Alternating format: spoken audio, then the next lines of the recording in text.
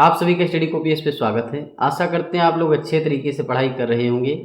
ये आपका selection series का 23 नंबर का लेक्चर है। इससे पहले ऑलरेडी सिलेक्शन सीरीज के 22 लेक्चर आ चुके हैं। अगर आपने पिछले लेक्चर कंप्लीट नहीं किए हैं तो प्लेलिस्ट हमने बना दिया है, जा करके देख सकते हैं। जो भी इस लेक्चर की पीडीएफ है हम टेलीग्राम पे प्रोवाइड करवाएंगे, क्योंकि आपके एग्जाम के बहुत ही कम दिन बचे हैं, इसलिए लगातार पढ़ाई करते रहिए, बिल्कुल भी टाइम वेस्ट मत करिए। तो चलिए शुरू करते हैं। फिलहाल बिना आपका टाइम वेस्ट किए, बिना किसी देरी के देखिए जो आपका पहला क्वेश्चन है यहाँ पे कि अरावली पर्वत श्रृंखला के संदर्भ में निम्नलिखित कथनों पर विचार कीजिए। पहला कथन क्या है कि इसकी सीमा गुजरात से शुरू होकर राजस्थान हरियाणा होकर दिल्ली तक जाती है। वहीं दूसरा कथन है कि यह भारत की प्राचीनतम पर्वत श्रृंखलाओं में से एक है। उपयुक्त कथनों में से कौन सा सही है ये आपको बताना है।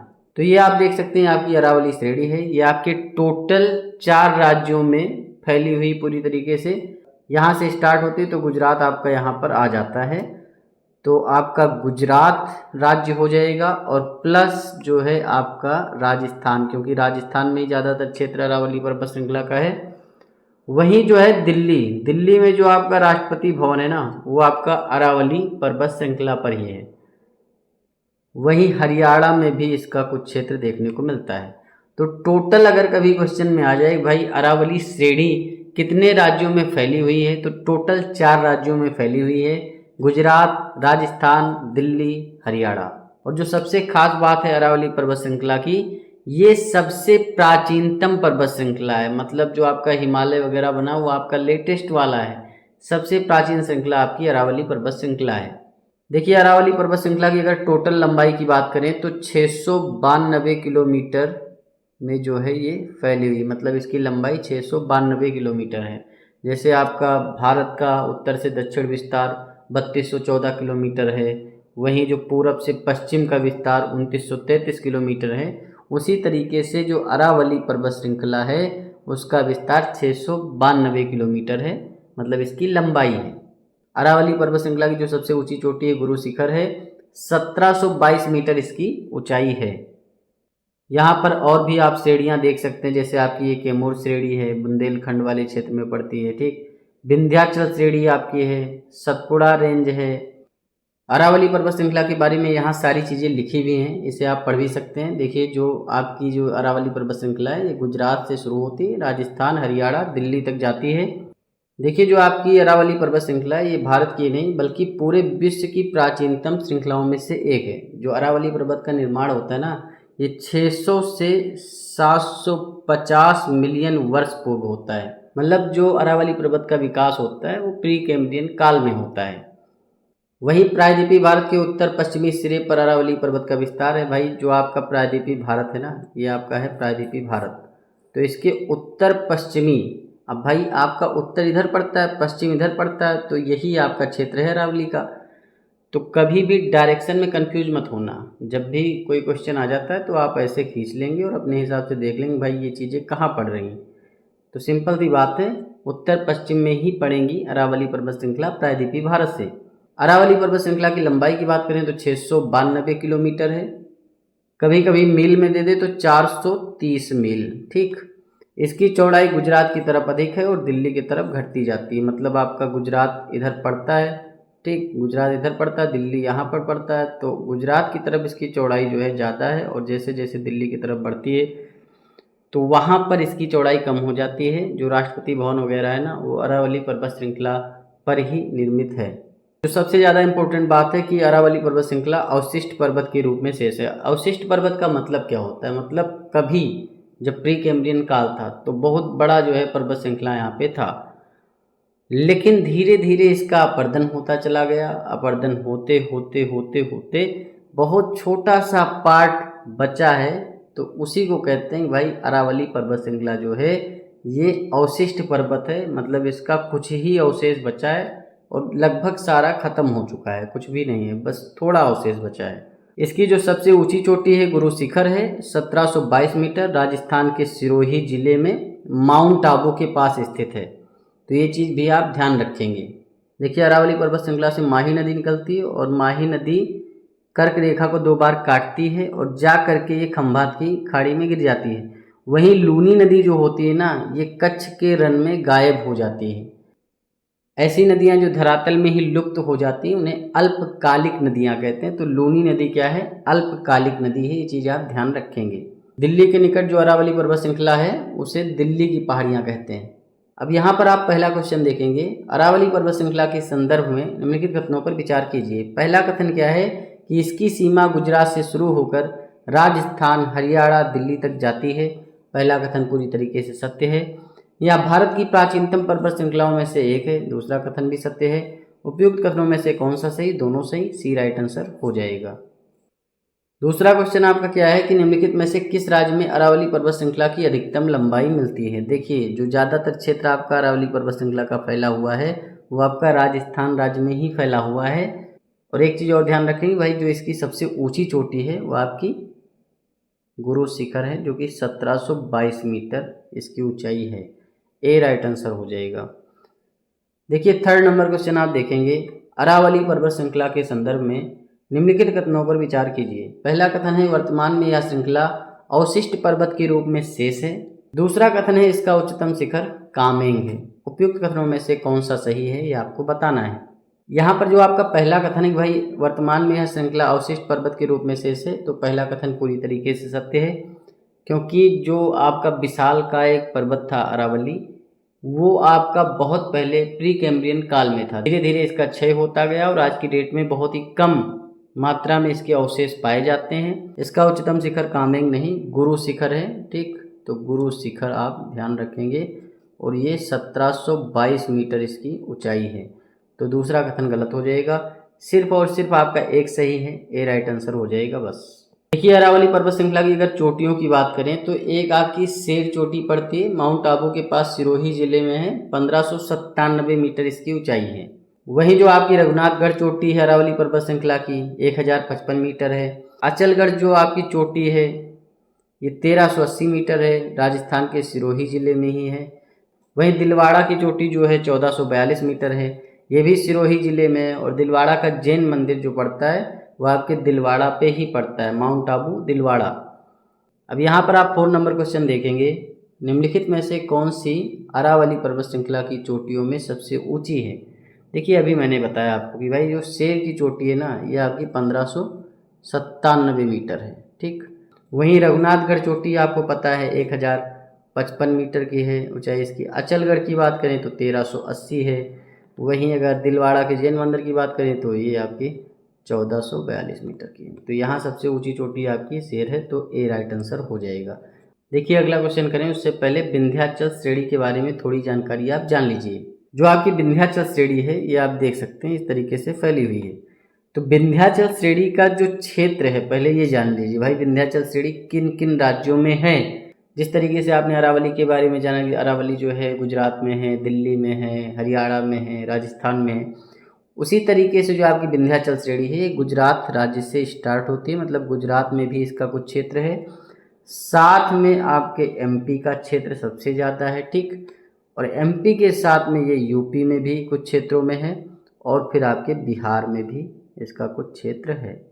तो ये भी 4 राज्यों में है, गुजरात, मध्य प्रदेश, उत्तर प्रदेश और बिहार। अब जो आपको विंध्याचल श्रेणी दिख रही है ना, इसका ही पार्ट है कैमूर।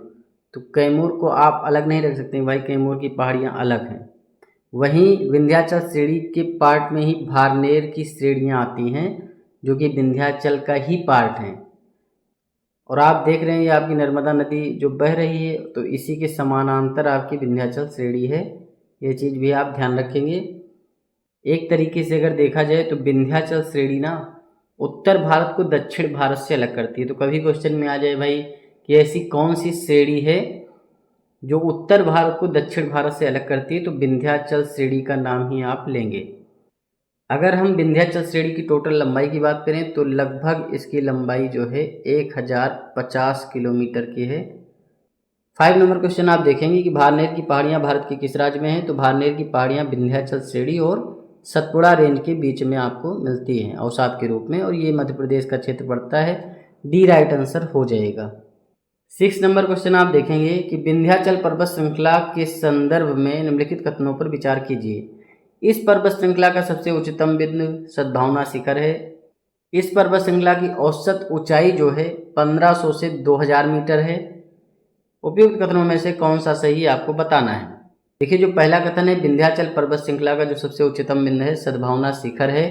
पहला कथन पूरी तरीके से सत्य है और इस सद्भावना शिखर की जो ऊंचाई है 752 मीटर है। जैसे अरावली रेंज है उसकी जो ऊंचाई है 1722 मीटर है, वो अरावली पर्वत श्रृंखला की सबसे ऊंची चोटी है। उसी तरीके से विंध्याचल पर्वत श्रृंखला की सबसे ऊंची चोटी सद्भावना शिखर है और इसकी ऊंचाई 752 मीटर है। इस पर्वत श्रृंखला की औसत ऊंचाई 1500 से 2000 मीटर कैसे हो सकती है, जबकि जो सबसे ऊंची चोटी इसकी है उसकी ऊंचाई ही 752 मीटर है। तो दूसरा कथन गलत हो जाएगा। जो विंध्याचल पर्वत श्रृंखला की औसत ऊंचाई है 300 से 600 मीटर है। तो यहाँ पर केवल एक सही है, तो ए राइट आंसर हो जाएगा बस। अब यहाँ पर आप देखेंगे सतपुड़ा रेंज को। देखिए, ये आपका सतपुड़ा रेंज है। जैसा कि आपको मैंने बताया, विंध्याचल श्रेणी जो है एक तरीके से डिवाइडर का काम करती है, मतलब उत्तर भारत को दक्षिण भारत से अलग कर रही है। वहीं सतपुड़ा रेंज जो है वो नर्मदा और तापी की भ्रंश घाटियों के मध्य में है। ये आप देख सकते हैं, आपकी नर्मदा नदी जा रही है और ये आपकी तापी नदी जा रही है। तो यहाँ पर ये जो आप देख रहे हैं मैकाल श्रेणी भी सतपुड़ा रेंज का ही भाग है।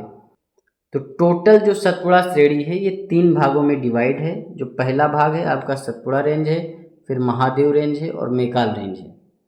और सबसे जो खास बात है सतपुड़ा रेंज की कि ये आपका क्या है, ब्लॉक पर्वत है। अब यहाँ पर हम बात कर लेते हैं भाई ब्लॉक पर्वत होता क्या है। देखिए, होता क्या है, जब पृथ्वी की सतह पर तनाव पड़ता है, पृथ्वी की सतह उस पर तनाव पड़ रहा है लगातार, उसके कारण जो है क्षेत्र जो है टूटने लगते हैं। मतलब टूटने का मतलब होता है पृथ्वी में दरार आ गई, ठीक। और दरार आने के कारण कुछ क्षेत्र ऊपर उठने लगता है और कुछ क्षेत्र आपका नीचे धंसने लगता है। तो आपकी जो नर्मदा नदी बहती है वो आपके धंसे हुए क्षेत्र में बहती है। वहीं सतपुड़ा रेंज थोड़ा सा ऊपर उठ गया है। जो क्षेत्र ऊपर उठ जाता है उसको कहा जाता है कि भाई ये क्या है, भ्रंशोत पर्वत है या ब्लॉक पर्वत है। वहीं जो नीचे धंसा हुआ क्षेत्र है जहाँ पर नर्मदा नदी आपकी बह रही है, आप देख रहे हैं नर्मदा नदी आपकी बह रही है, तो जो नीचे दबा हुआ क्षेत्र है इससे कहा जाता है गैब्रोन। मतलब आपकी नर्मदा नदी जो है गैब्रोन में बहती है। और ऊपर उठा हुआ जो भाग है उसे हम कहते हैं ब्लॉक पर्वत या फिर कह लीजिए भ्रंशोत पर्वत। भ्रंशोत पर्वत भी इसे नाम दिया जाता है। यूरोप की जो राइन घाटी है और ओस्गेस पर्वत है वो भी आपका जो है ब्लॉक पर्वत का उदाहरण है। वहीं अपने यहाँ जो विंध्याचल श्रेणी है और सतपुड़ा रेंज है ये भी आपके ब्लॉक पर्वत का ही उदाहरण है। भाई जब आपकी पृथ्वी में दरार आई तो ऐसा नहीं कि भाई एक ही तरफ उठेगा, तो बीच में दरार आई तो इधर आपका सतपुड़ा रेंज उठा और इधर आपका विंध्याचल श्रेणी। बीच में जो भ्रंश घाटी में नदी बह रही है वो नर्मदा नदी बह रही, इतना आप मान के चलिए। तो विंध्याचल श्रेणी और सतपुड़ा रेंज आपके क्या हैं, भ्रंशोत पर्वत के उदाहरण हैं। जो आपकी निम्न भूमि है जिसमें आपकी नर्मदा नदी बह रही इसे गैब्रोन कहते हैं। ये चीज़ आप जरूर ध्यान रखेंगे क्योंकि अब क्वेश्चन यहाँ से बन सकते हैं। अब नर्मदा नदी किस तरीके से पूरब से पश्चिम बहती है, ठीक। पूरब से आती है और पश्चिम की तरफ बहती है और तापी नदी भी इसी तरीके से बहती है। जो आपकी सतपुड़ा रेंज है इसकी जो सबसे ऊंची चोटी है वो आपकी क्या है, धूपगढ़, ठीक। धूपगढ़ इसकी सबसे ऊंची चोटी है और इसकी ऊंचाई जो है 1350 मीटर है। जैसे विंध्याचल श्रेणी है इसकी जो सबसे ऊंची चोटी है सद्भावना शिखर है, उसी तरीके से सतपुड़ा श्रेणी की धूपगढ़ है, 1350 मीटर इसकी ऊंचाई है। जो आपका सतपुड़ा रेंज है इसके उत्तर में नर्मदा नदी बहती है, ठीक। और इसके दक्षिण में तापी नदी बहती है। तो ये चीज़ आप ध्यान रखेंगे। देखिए, क्वेश्चन में अगर उत्तर से दक्षिण का क्रम लगाने को आ जाए तो कैमूर पहले होगा, फिर आपका विंध्याचल श्रेणी होती है, फिर मैकाल, फिर आपका सतपुड़ा रेंज, फिर महादेव, फिर आपका महाराष्ट्र की जो है पहाड़ियाँ, हरिश्चंद्र पहाड़ी। और अगर पूरब से पश्चिम लगाने को कहते तो सिंपल सी बात है, छोटा नागपुर पठार आपका पहले है, फिर मैकाल है, फिर महादेव है, फिर आपका विंध्याचल श्रेणी, फिर सतपुड़ा रेंज। इस तरीके से आप समझ के चलेंगे चीज़ों को। मैकाल पर्वत श्रृंखला है, मैकाल पठार जो आपका पड़ता है छत्तीसगढ़ राज्य में है और इसकी जो सबसे ऊंची चोटी है अमरकंटक है, ठीक। अमरकंटक। सतपुड़ा की धूपगढ़ है, ठीक, धूपगढ़। मैकाल की अमरकंटक है, इसकी 1064 मीटर ऊंचाई है। वहीं धूपगढ़ की 1350 मीटर ऊंचाई है। अब क्योंकि मैकाल पर्वत सतपुड़ा रेंज का ही भाग है तो ये भी ब्लॉक पर्वत में ही आएगा। अमरकंटक जो आपका पड़ता है यहीं से नर्मदा नदी का उद्गम होता है, ठीक। नर्मदा नदी का उद्गम होता है, साथ में सोन नदी का उद्गम होता है। तो ये चीज़ आप समझ के चलेंगे। जो आपका मैकाल है और यहाँ पर जो अमरकंटक है, क्या है, अमरकंटक। तो यहाँ से नर्मदा और सोन नदी, ठीक, इन दो नदियों का उद्गम होता है। साथ में महानदी जो कि आपकी पूरब की तरफ बहती हुई बंगाल की खाड़ी में अपना जल गिराती है और साथ में डेल्टा वगैरह भी बनता है उड़ीसा में। तो महानदी का उद्गम भी अमरकंटक से होता है, ये चीज़ आप ध्यान रखेंगे। जो भी आपका प्रायद्वीपीय भारत है, ये आपका क्या है, प्रायद्वीपीय भारत है पूरा। तो इसका जो ढाल है ना, पश्चिम से पूर्व की ओर है, मतलब इस तरीके से। इसीलिए आप देखेंगे ज़्यादातर नदियाँ जो हैं वो बंगाल की खाड़ी में जल गिराती हैं। नर्मदा और तापी नदी के साथ थोड़ा उल्टा हो जाता है, क्यों? क्योंकि ये भ्रंश घाटी में बहती है और भ्रंश घाटी का जो ढाल है वो आपका अरब सागर की ओर है, यानी पश्चिम की ओर है। 7 नंबर क्वेश्चन आप देखेंगे, सतपुड़ा पर्वत श्रृंखला विस्तृत है। तो गुजरात से आपका स्टार्ट ही होता है, महाराष्ट्र में भी है, मध्य प्रदेश में भी इसका क्षेत्र है और साथ में छत्तीसगढ़ में भी इसका क्षेत्र पड़ता है। तो यहाँ पर 1 2 3 तीनों सही हैं, डी राइट आंसर हो जाएगा। 8 नंबर क्वेश्चन आप देखेंगे कि सतपुड़ा पर्वत श्रृंखला का सबसे उच्चतम बिंदु धूपगढ़ हिस्सा है। राजपीपला की पहाड़ियों का, महादेव की पहाड़ियों का, मैकाल की पहाड़ियों का, पलनी की पहाड़ियों का। देखिए जो आपकी राजपीपला की पहाड़ी पड़ती हैं ये सतपुड़ा रेंज का ही भाग है, लेकिन ये आपका पड़ता है गुजरात में, ठीक। गुजरात में जो है आपकी राजपीपला की पहाड़ियाँ पड़ती हैं और ये जो पहाड़ियाँ हैं ये आपके सतपुड़ा श्रृंखला का ही भाग हैं। वहीं जो आपकी महादेव पहाड़ी पड़ती है आपके एमपी में पड़ती है। और जो आपका धूपगढ़ पड़ता है ना, सतपुड़ा पर्वत श्रृंखला का जो सबसे उच्चतम बिंदु कहा जाता है, जिसकी ऊंचाई कितनी है, 1352 मीटर। तो 1352 मीटर ऊंचाई वाला जो धूपगढ़ पड़ता है ना, वो महादेव की पहाड़ी पे ही पड़ता है। मतलब सतपुड़ा रेंज की जो सबसे ऊंची चोटी धूपगढ़ है वो कहाँ पे है, महादेव की पहाड़ी पर स्थित है। मैकाल की पहाड़ियाँ आपको पता है छत्तीसगढ़ में पड़ती हैं, तो ये चीज़ आप ध्यान रखेंगे। कभी पूछ ले कि राजपीपला की पहाड़ी किधर है, तो गुजरात में है। कभी क्रम में लगाने को दे दे भाई, पश्चिम से पूर्व का क्रम लगाओ, तो ये सारे सतपुड़ा रेंज के ही भाग हैं। पलनी की पहाड़ी तमिलनाडु में पड़ती है, उसकी बात हम आगे करेंगे। तो राजपीपला की पहाड़ी आपके पश्चिम में पड़ेगी, उसके बाद में महादेव की पहाड़ी, उसके बाद में मैकाल की पहाड़ी पड़ेगी। तो जो धूपगढ़ पड़ता है वो आपके महादेव की पहाड़ी पर ही पड़ता है, बी राइट आंसर हो जाएगा, जो कि सतपुड़ा पर्वत श्रृंखला की सबसे ऊंची चोटी है। 9 नंबर क्वेश्चन आप देखेंगे, अमरकंटक चोटी के संदर्भ में निम्नलिखित कथनों पर विचार कीजिए। पहला कथन है कि यह मैकाल की पहाड़ी में स्थित है, जो सतपुड़ा का ही बढ़ा हुआ भाग है।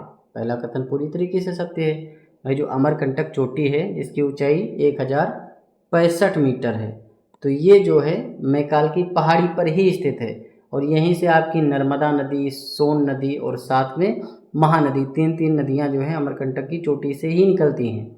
यह नर्मदा नदी का उद्गम स्थल है, दूसरा कथन भी सत्य है। उपयुक्त कथनों में से कौन सा सही है, तो दोनों सही, सी राइट आंसर हो जाएगा। देखिए मैकाल पर्वत श्रृंखला की जो सबसे ऊंची चोटी है ना, वो आपकी 1176 मीटर है और उसका नाम है, क्या नाम है, बंदरगढ़। बंदरगढ़। देखिए अगला क्वेश्चन करें उससे पहले थोड़ी जानकारी आप जान लीजिए। ये है हमारा प्यारा भारत और यहाँ पर अरावली श्रेणी है, यहाँ पर आपका मध्यवर्ती उच्च भूमि है, मतलब ये ऊंचा उठा हुआ भाग है। और ऊंचा उठा हुआ भाग इसीलिए क्योंकि जो भी आपकी विंध्य श्रेणी है, सतपुड़ा श्रेणी है, महादेव पहाड़ी है, ये सारे आपके क्या हैं, भ्रंशोत पर्वत यानी ब्लॉक पर्वत के उदाहरण हैं। जो कि मालवा का पठार इधर पड़ जाता है, विंध्य श्रेणी, सतपुड़ा श्रेणी और महादेव पहाड़ियाँ। मेघालय पठार यहाँ पे पड़ता है, छोटा नागपुर पठार ये है, दक्कन का पठार ये है और ये है आपका पूर्वी घाट और ये है आपका पश्चिमी घाट। बात कर लेते हैं पूर्वी घाट की। पूर्वी घाट की अगर हम बात करें तो पूर्वी घाट की जो औसत ऊंचाई है 900 से 1000 मीटर है, ठीक। 900 से 1000 मीटर इसकी जो है औसत ऊंचाई है। ये आपकी महानदी घाटी है और यहाँ पर जो है महानदी अपना डेल्टा बनाती है। तो महानदी घाटी से लेकर के जो दक्षिण भारत में जो आपका नीलगिरी रेंज पड़ता है ना, वहाँ तक जो है ये पूर्वी घाट आपका फैला हुआ है, इतना मान के चलिए।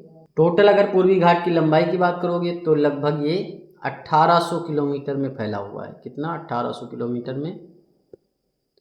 और ऐसा नहीं कि ये समांतर है, अनियमित है, मतलब आप देख सकते हैं यहाँ पर इस तरीके से है, फिर इस तरीके से है, तो अनियमित है। ये सब चीज़ें मैं इसलिए बता रहा हूँ क्योंकि कथन कारण में आजकल इसी तरीके के क्वेश्चन पूछे जाते हैं कि आपका पूर्वी घाट है तो क्या वो एकदम सीधा है या अनियमित है, इस तरीके से दे देंगे कथन कारण में, तो आप समझ नहीं पाएंगे।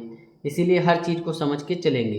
और अनियमित इसीलिए है क्योंकि जो महानदी घाटी है, महानदी अपना डेल्टा बनाती है, बहुत सारा अवसाद ला करके इस क्षेत्र को आगे बढ़ा देती है। वहीं पर गोदावरी भी यही काम करती है, फिर कृष्णा, कावेरी, सारी नदियाँ इसी तरीके से डेल्टा का निर्माण करती हैं। पूर्वी घाट जो है वो पश्चिमी घाट से बिल्कुल भिन्न है, मतलब बहुत ज़्यादा इसमें कटाव छटाव आपको देखने को मिलेगा। पूर्वी घाट की औसत ऊंचाई जहाँ 900 से 1000 मीटर है, वहीं पश्चिमी घाट की जो औसत ऊंचाई है वो आपकी 1000 से 1300 मीटर है। मतलब ऐसा नहीं कि इसकी सबसे ऊंची चोटी 1000 या 1300 मीटर, वो ज़्यादा लंबी होगी। औसत ऊंचाई की यहाँ पे बात हो रही है। अब कहीं पर 1000 मीटर जो है आपकी ऊंचाई है पश्चिमी घाट पे, कहीं 1300 है, कहीं 900 भी है, तो इस तरीके से आप समझ के चलेंगे। पूर्वी घाट की अगर लंबाई की बात देखोगे तो ये 1800 किलोमीटर लंबा है, वहीं अगर पश्चिमी घाट देखोगे तो ये सिर्फ और सिर्फ 1600 किलोमीटर लंबा है। मतलब पश्चिमी घाट की लंबाई जो है पूर्वी घाट से कम है, वहीं पश्चिमी घाट की जो ऊंचाई है, औसत ऊंचाई है, पूर्वी घाट से ज़्यादा है। देखिए पश्चिमी घाट की ऊंचाई ज़्यादा है, इसीलिए जो पश्चिमी घाट से जो भी नदियाँ निकलेंगी वो आपकी पूरब की तरफ आकर के डेल्टा बनाती हैं। अब कुछ नदियों की बात छोड़ दीजिए, जैसे नर्मदा, तापी, धंस घाटियों में बहती हैं, तो उन नदियों की बात छोड़ दीजिए। और लगभग जो भी नदियाँ हैं जो आपकी पश्चिमी घाट से निकलती हैं, उनका ढलान जो है पूरब की तरफ है। क्यों ढलान पूरब की तरफ है? क्योंकि पश्चिमी घाट ज़्यादा ऊँचा है। पश्चिमी घाट को एक नाम दिया जाता है सह्याद्री, ठीक, तो ये भी आप ध्यान रखेंगे। वहीं सह्याद्री को दो पार्ट में डिवाइड किया गया है, उत्तरी सह्याद्री और ये आपका दक्षिणी सह्याद्री।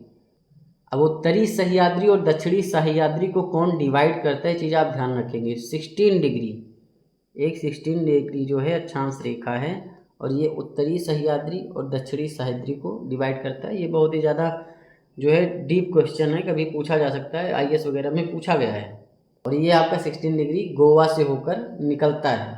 अब सारी चीज़ें तो आपको मैंने समझा दी। अब यहाँ पर आप पर्वत श्रेणियाँ देखेंगे, चोटियाँ देखेंगे, कहाँ पर कौन सी चोटी है, कहाँ पर कौन सी श्रेणी है, क्योंकि ज़्यादातर क्रम में लगाने को ऐसे क्वेश्चन आते हैं। यहाँ पर आप देखिए महेंद्रगिरी चोटी है, 1501 मीटर इसकी ऊंचाई है। उड़ीसा में ही महेंद्रगिरी चोटी के दक्षिण में देखेंगे अरोया कोंडा पर्वत श्रेणी है, जो कि उत्तरी सरकार तट पे पड़ता है। फिर आपका जो है आंध्र मैदान आ जाता है, ये आपका आंध्र मैदान है, मतलब यहाँ पर मैदान है। आंध्र मैदान के बाद में नल्लामलाई हिल्स जो कि आंध्र प्रदेश में ही पड़ती है। फिर जवादी चोटी पड़ती है आपकी, जो कि पूर्वी घाट पे है। सेवराय की चोटी पड़ती है, पहाड़ी कह लीजिए, सेवराय की पहाड़ी, जवादी की पहाड़ी। तो जवादी की पहाड़ी पहले पड़ जाएगी, सेवराय की पहाड़ी बाद में पड़ेगी। उसके बाद में महेंद्रगिरी पर्वत श्रृंखला पड़ती है, ठीक, ये आपकी महेंद्रगिरी पर्वत श्रृंखला है। ऊपर महेंद्रगिरी चोटी थी, नीचे महेंद्रगिरी पर्वत श्रृंखला है, तो कन्फ्यूज नहीं होना है। महेंद्रगिरी चोटी जो पड़ती है, अगर पूछ ले क्वेश्चन में महेंद्रगिरी चोटी कहाँ पड़ती है, उड़ीसा में। महेंद्रगिरी पर्वत श्रृंखला कहाँ पे पड़ती है, तमिलनाडु में, और ये भारत की सबसे दक्षिणतम पर्वत श्रेणी है। अब अगर उत्तर से दक्षिण की तरफ चोटियों का क्रम लगाने को आ जाए तो आप आराम से लगा लेंगे। महेंद्रगिरी चोटी आपकी सबसे उत्तर में पड़ेगी, और उससे भी उत्तर में अगर आप देखेंगे तो मलयगिरी, मलयगिरी आपकी जो है उससे भी उत्तर में पड़ता है, ठीक। इसके अंदर भी देख सकते हैं आप, एक तेलंगाना पठार पड़ता है, ठीक, पठारों के बारे में जान लीजिए। दक्षिण भारत का पठार ये आपका है, कर्नाटक का पठार है। वहीं महादेव जो आपकी श्रृंखला है, उसके नीचे अजंता की श्रेणियाँ पड़ती हैं। कल को क्वेश्चन में लगाने को आ जाए कैमूर विंध्याचल श्रेणी, महादेव श्रेणी और अजंता श्रेणी दे दे, तो अजंता श्रेणी आपका एकदम दक्षिण में पड़ेगा। सतपुड़ा रेंज के बारे में आपको बता ही दिया मैंने। सतमाला श्रेणी आपकी महाराष्ट्र में पड़ती है, ठीक, 1567 मीटर इसकी ऊंचाई है। हरिश्चंद्र पहाड़ी पे कलसुबाई चोटी पड़ती है, जो कि 1646 मीटर है। हरिश्चंद्र पहाड़ी के दक्षिण में देखेंगे थाल घाट है, फिर भोर घाट है, फिर आपका पश्चिमी घाट सह्याद्री है। पश्चिमी घाट सह्याद्री पे महाबलेश्वर चोटी है, और यहीं से आपकी कृष्णा नदी भी निकलती है, आपको पता होगा। उसके बाद में आपकी नीलगिरी पर्वत श्रृंखला आ जाती है, और ये जो है एक तरीके का घाट बनाती है कर्नाटक, केरल और तमिलनाडु राज्य में। तो अगर पूछ ले भाई दक्षिण भारत की सबसे ऊंची चोटी कौन सी है, तो अनाईमुडी है। पश्चिमी घाट की सबसे ऊंची चोटी कौन सी है, तो भी अनाईमुडी है। जो अनाईमुडी पड़ती है ना, ये आपके अन्नामलाई पर्वत श्रृंखला में पड़ती है। नीलगिरी पहाड़ी के दक्षिण में पालघाट पड़ता है, फिर अनाईमुडी, उसके बाद में कार्डामम हिल्स, ये आपकी कार्डामम हिल्स हैं, और इसके ऊपर आप देखेंगे अन्नामलाई पर्वत श्रृंखला है, फिर आपकी नीलगिरी है। वहीं कुछ चीज़ें और भी ध्यान रखेंगे आप कि भाई जो अंडमान निकोबार है उसकी जो सबसे ऊंची चोटी है सेडल पीक है। काठियावाड़ा प्रायद्वीप में ही गिर पर्वत है, ठीक, ये चीज़ आप ध्यान रखेंगे। मध्य भारत का पठार यहाँ पे है, मालवा का पठार यहाँ पे पड़ता है, छोटा नागपुर पठार यहाँ पे है। ऐसा नहीं कि जो है चोटियों के बारे में ही क्रम पूछ ले, कभी पठार के बारे में पूछ ले तब भी लगा देना। मध्य भारत का पठार पहले पड़ेगा, फिर आपका मालवा पठार उत्तर से दक्षिण में, उसके बाद में छोटा नागपुर पठार, उसके बाद में देखेंगे तो महाराष्ट्र का पठार है, फिर तेलंगाना का पठार, फिर आपका दक्षिण भारत का पठार और फिर कर्नाटक का पठार होगा। एक चीज़ और भी ध्यान रखेंगे आप, जो कर्नाटक का ये क्षेत्र पड़ता है ना, ये कर्नाटक है आपका, तो यहीं पर कर्नाटक के क्षेत्र में बाबा बुदन की पहाड़ियाँ पड़ती हैं। बाबा बुदन की पहाड़ी यहाँ पर लिखा नहीं गया, आप समझ के चलेंगे। बाबा बुदन की पहाड़ी के जस्ट ऊपर आपके चित्रदुर्ग की पहाड़ी है, ठीक। तो चित्रदुर्ग पहाड़ी कहाँ पे है?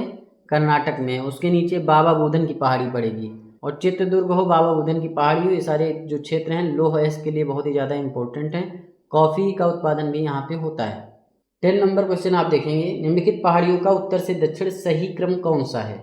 देखिए यहाँ पर आप देख सकते हैं चित्रदुर्ग पहाड़ी, फिर नीलगिरी, फिर कुद्रेमुख, बाबा बुदन की पहाड़ी। गलत हो जाएगा, क्योंकि नीलगिरी पहाड़ी आपके एकदम दक्षिण में पड़ती है, जबकि चित्रदुर्ग पहाड़ी के बाद में बाबा बुदन की पहाड़ी आएगी, उसके बाद में कुद्रेमुख की पहाड़ी आएगी, फिर आएगी नीलगिरी की पहाड़ी। तो ये आपका गलत है। दूसरा है चित्रदुर्ग पहाड़ी है, फिर बाबा बुदन की पहाड़ी, फिर कुद्रेमुख, फिर नीलगिरी। दूसरा कथन आपका पूरी तरीके से सत्य है। अब देखिए चित्रदुर्ग पहाड़ी, बाबा बुदन की पहाड़ी, कुद्रेमुख पहाड़ी, ये आपके कर्नाटक राज्य में पड़ती हैं, और तीनों का उत्तर से दक्षिण क्रम यही है। मतलब पहले ऊपर चित्रदुर्ग पड़ेगा, फिर बाबा बुदन की पहाड़ी, उसके बाद में कुद्रेमुख, उसके बाद में नीलगिरी की पहाड़ी पड़ती हैं, उसके बाद में देखेंगे तो पालनी की पहाड़ियाँ हैं, उसके बाद में इलायची की पहाड़ियाँ हैं। तो नीलगिरी, पालनी, इलायची, ये सारे क्रम आपको याद रखने, समझ के रखना है, एकदम जहन में बैठा के रखना है। 11 नंबर क्वेश्चन आप देखेंगे कि हरिश्चंद्र पहाड़ी भारत के किस राज्य में स्थित है? तो अभी मैंने बताया कि हरिश्चंद्र पहाड़ी जो है आपकी महाराष्ट्र राज्य में है। सी राइट आंसर हो जाएगा। हरिश्चंद्र पहाड़ी पे ही जो है कालसूबाई चोटी है। कौन सी चोटी है? कालसूबाई चोटी। और इसकी ऊंचाई कितनी है? 1646 मीटर। 1646 मीटर। कालसूबाई चोटी के अगर उत्तर में देखोगे तो सतमाला आपको श्रेणी मिलेगी, जिसकी ऊंचाई 1567 मीटर है। हरिश्चंद्र पहाड़ी के बाद में थाल घाट, फिर भोर घाट, फिर आपका पश्चिमी घाट सह्याद्री आ जाएगा। देखिए अगला क्वेश्चन करें उससे पहले हिमालय के पूर्वोत्तर पहाड़ियों की चोटियों और हिमालय की चोटियों के बारे में आप जान लीजिए। ये आप देख सकते हैं आपका पूरा हिमालय फैला हुआ है और इस तरीके से आता है, उसके बाद यहाँ पे ऐसे मुड़ जाता है। जो अंडमान निकोबार आपका क्षेत्र है ना, वो आपके हिमालय का ही पार्ट है। हिमालय ऐसे आकर के ऐसे मुड़ जाता है और बीच में जो है पानी वगैरह भर जाता है, फिर आगे निकल आता है। तो इस तरीके से आप समझ सकते हैं कि भाई जो अंडमान निकोबार है वो भी हिमालय का ही पार्ट है। अब यहाँ पर देखेंगे जो पूर्वोत्तर पहाड़ियाँ हैं, मिकिर पहाड़ियाँ आपकी जो है सबसे उत्तर में पड़ती हैं, और उसके भी उत्तर में पड़ती हैं डफला पहाड़ियाँ। डफला पहाड़ियाँ कहाँ पे हैं? अरुणाचल प्रदेश में हैं। वहीं मिकिर पहाड़ियाँ हैं, गारो, खासी, जयंतियाँ हैं, ये आपके मेघालय के पठार में स्थित पहाड़ियाँ। मिकिर पहाड़ियों पर मिकिर जनजाति भी पाई जाती है। मिकिर पहाड़ी के आप दक्षिण में देखेंगे तो नागा पहाड़ी है, और उसके बाद में इधर आपकी लुसाई पहाड़ी पड़ जाती है। और ये पूरा जो क्षेत्र है जो आपका म्यांमार में फैला हुआ है, तो म्यांमार में जो हिमालय का पार्ट फैला हुआ है उसे अराकान योमा नाम से जानते हैं। अरुणाचल प्रदेश की जो सबसे ऊंची चोटी है नामचा बरवा है, और नामचा बरवा से आप इस तरीके से चलेंगे, ठीक। ये आपकी सांको नदी है, जो कि तिब्बत में सांको कहा जाता है, भारत में ब्रह्मपुत्र कहा जाता है। तो ये इस तरीके से चलते हुए आप देखेंगे कंचनजंगा यहाँ पर जो है 8598 मीटर जो है ऊंची चोटी है, और ये सिक्किम में पड़ती है, ठीक। और सिक्किम आपको पता है भारत में है। तो भारत की जो सबसे ऊंची चोटी है हिमालय की, वो आपकी कंचनजंगा ही है। अभी आप सोच रहे होंगे केटू गाडविन आस्टीन, तो केटू गाडविन आस्टीन आपका ट्रांस हिमालय का पार्ट है, ना कि हिमालय का पार्ट है। हिमालय अलग है, ट्रांस हिमालय अलग है। तो भारत में हिमालय की जो सबसे ऊंची चोटी है वो आपकी कंचनजंगा ही है। मकालू 8481 मीटर है। वहीं माउंट एवरेस्ट आपकी 8848 मीटर, अन्नपूर्णा 8078, धौलागिरी 8172, उसके बाद में नंदा देवी है। तो आपको पूरब से पश्चिम का क्रम याद रखना है कि भाई पूरब में नामचा बरुआ पड़ता है, फिर कंचनजंगा, फिर मकालू, फिर माउंट एवरेस्ट, फिर अन्नपूर्णा, फिर धौलागिरी, उसके बाद में नंदा देवी है। और उसके बाद में अगर आप देखेंगे नंदा देवी के बाद में जास्कर श्रेणी आ जाती है, फिर लद्दाख है, फिर काराकोरम श्रेणी है। वही जो आपका केटू गाडविन आस्टीन पड़ता है वो आपका काराकोरम श्रेणी पे पड़ता है। इस तरीके से काराकोरम श्रेणी जो है घूम गई है यहाँ पे, और ये आपका जो है लद्दाख श्रेणी है, और ये आपका क्या है? जास्कर है। तो ये चीज़ आप ध्यान रखेंगे, काराकोरम श्रेणी सबसे उत्तर में है, और इसी पर जो सबसे ऊंची चोटी है केटू गाडविन आस्टीन है।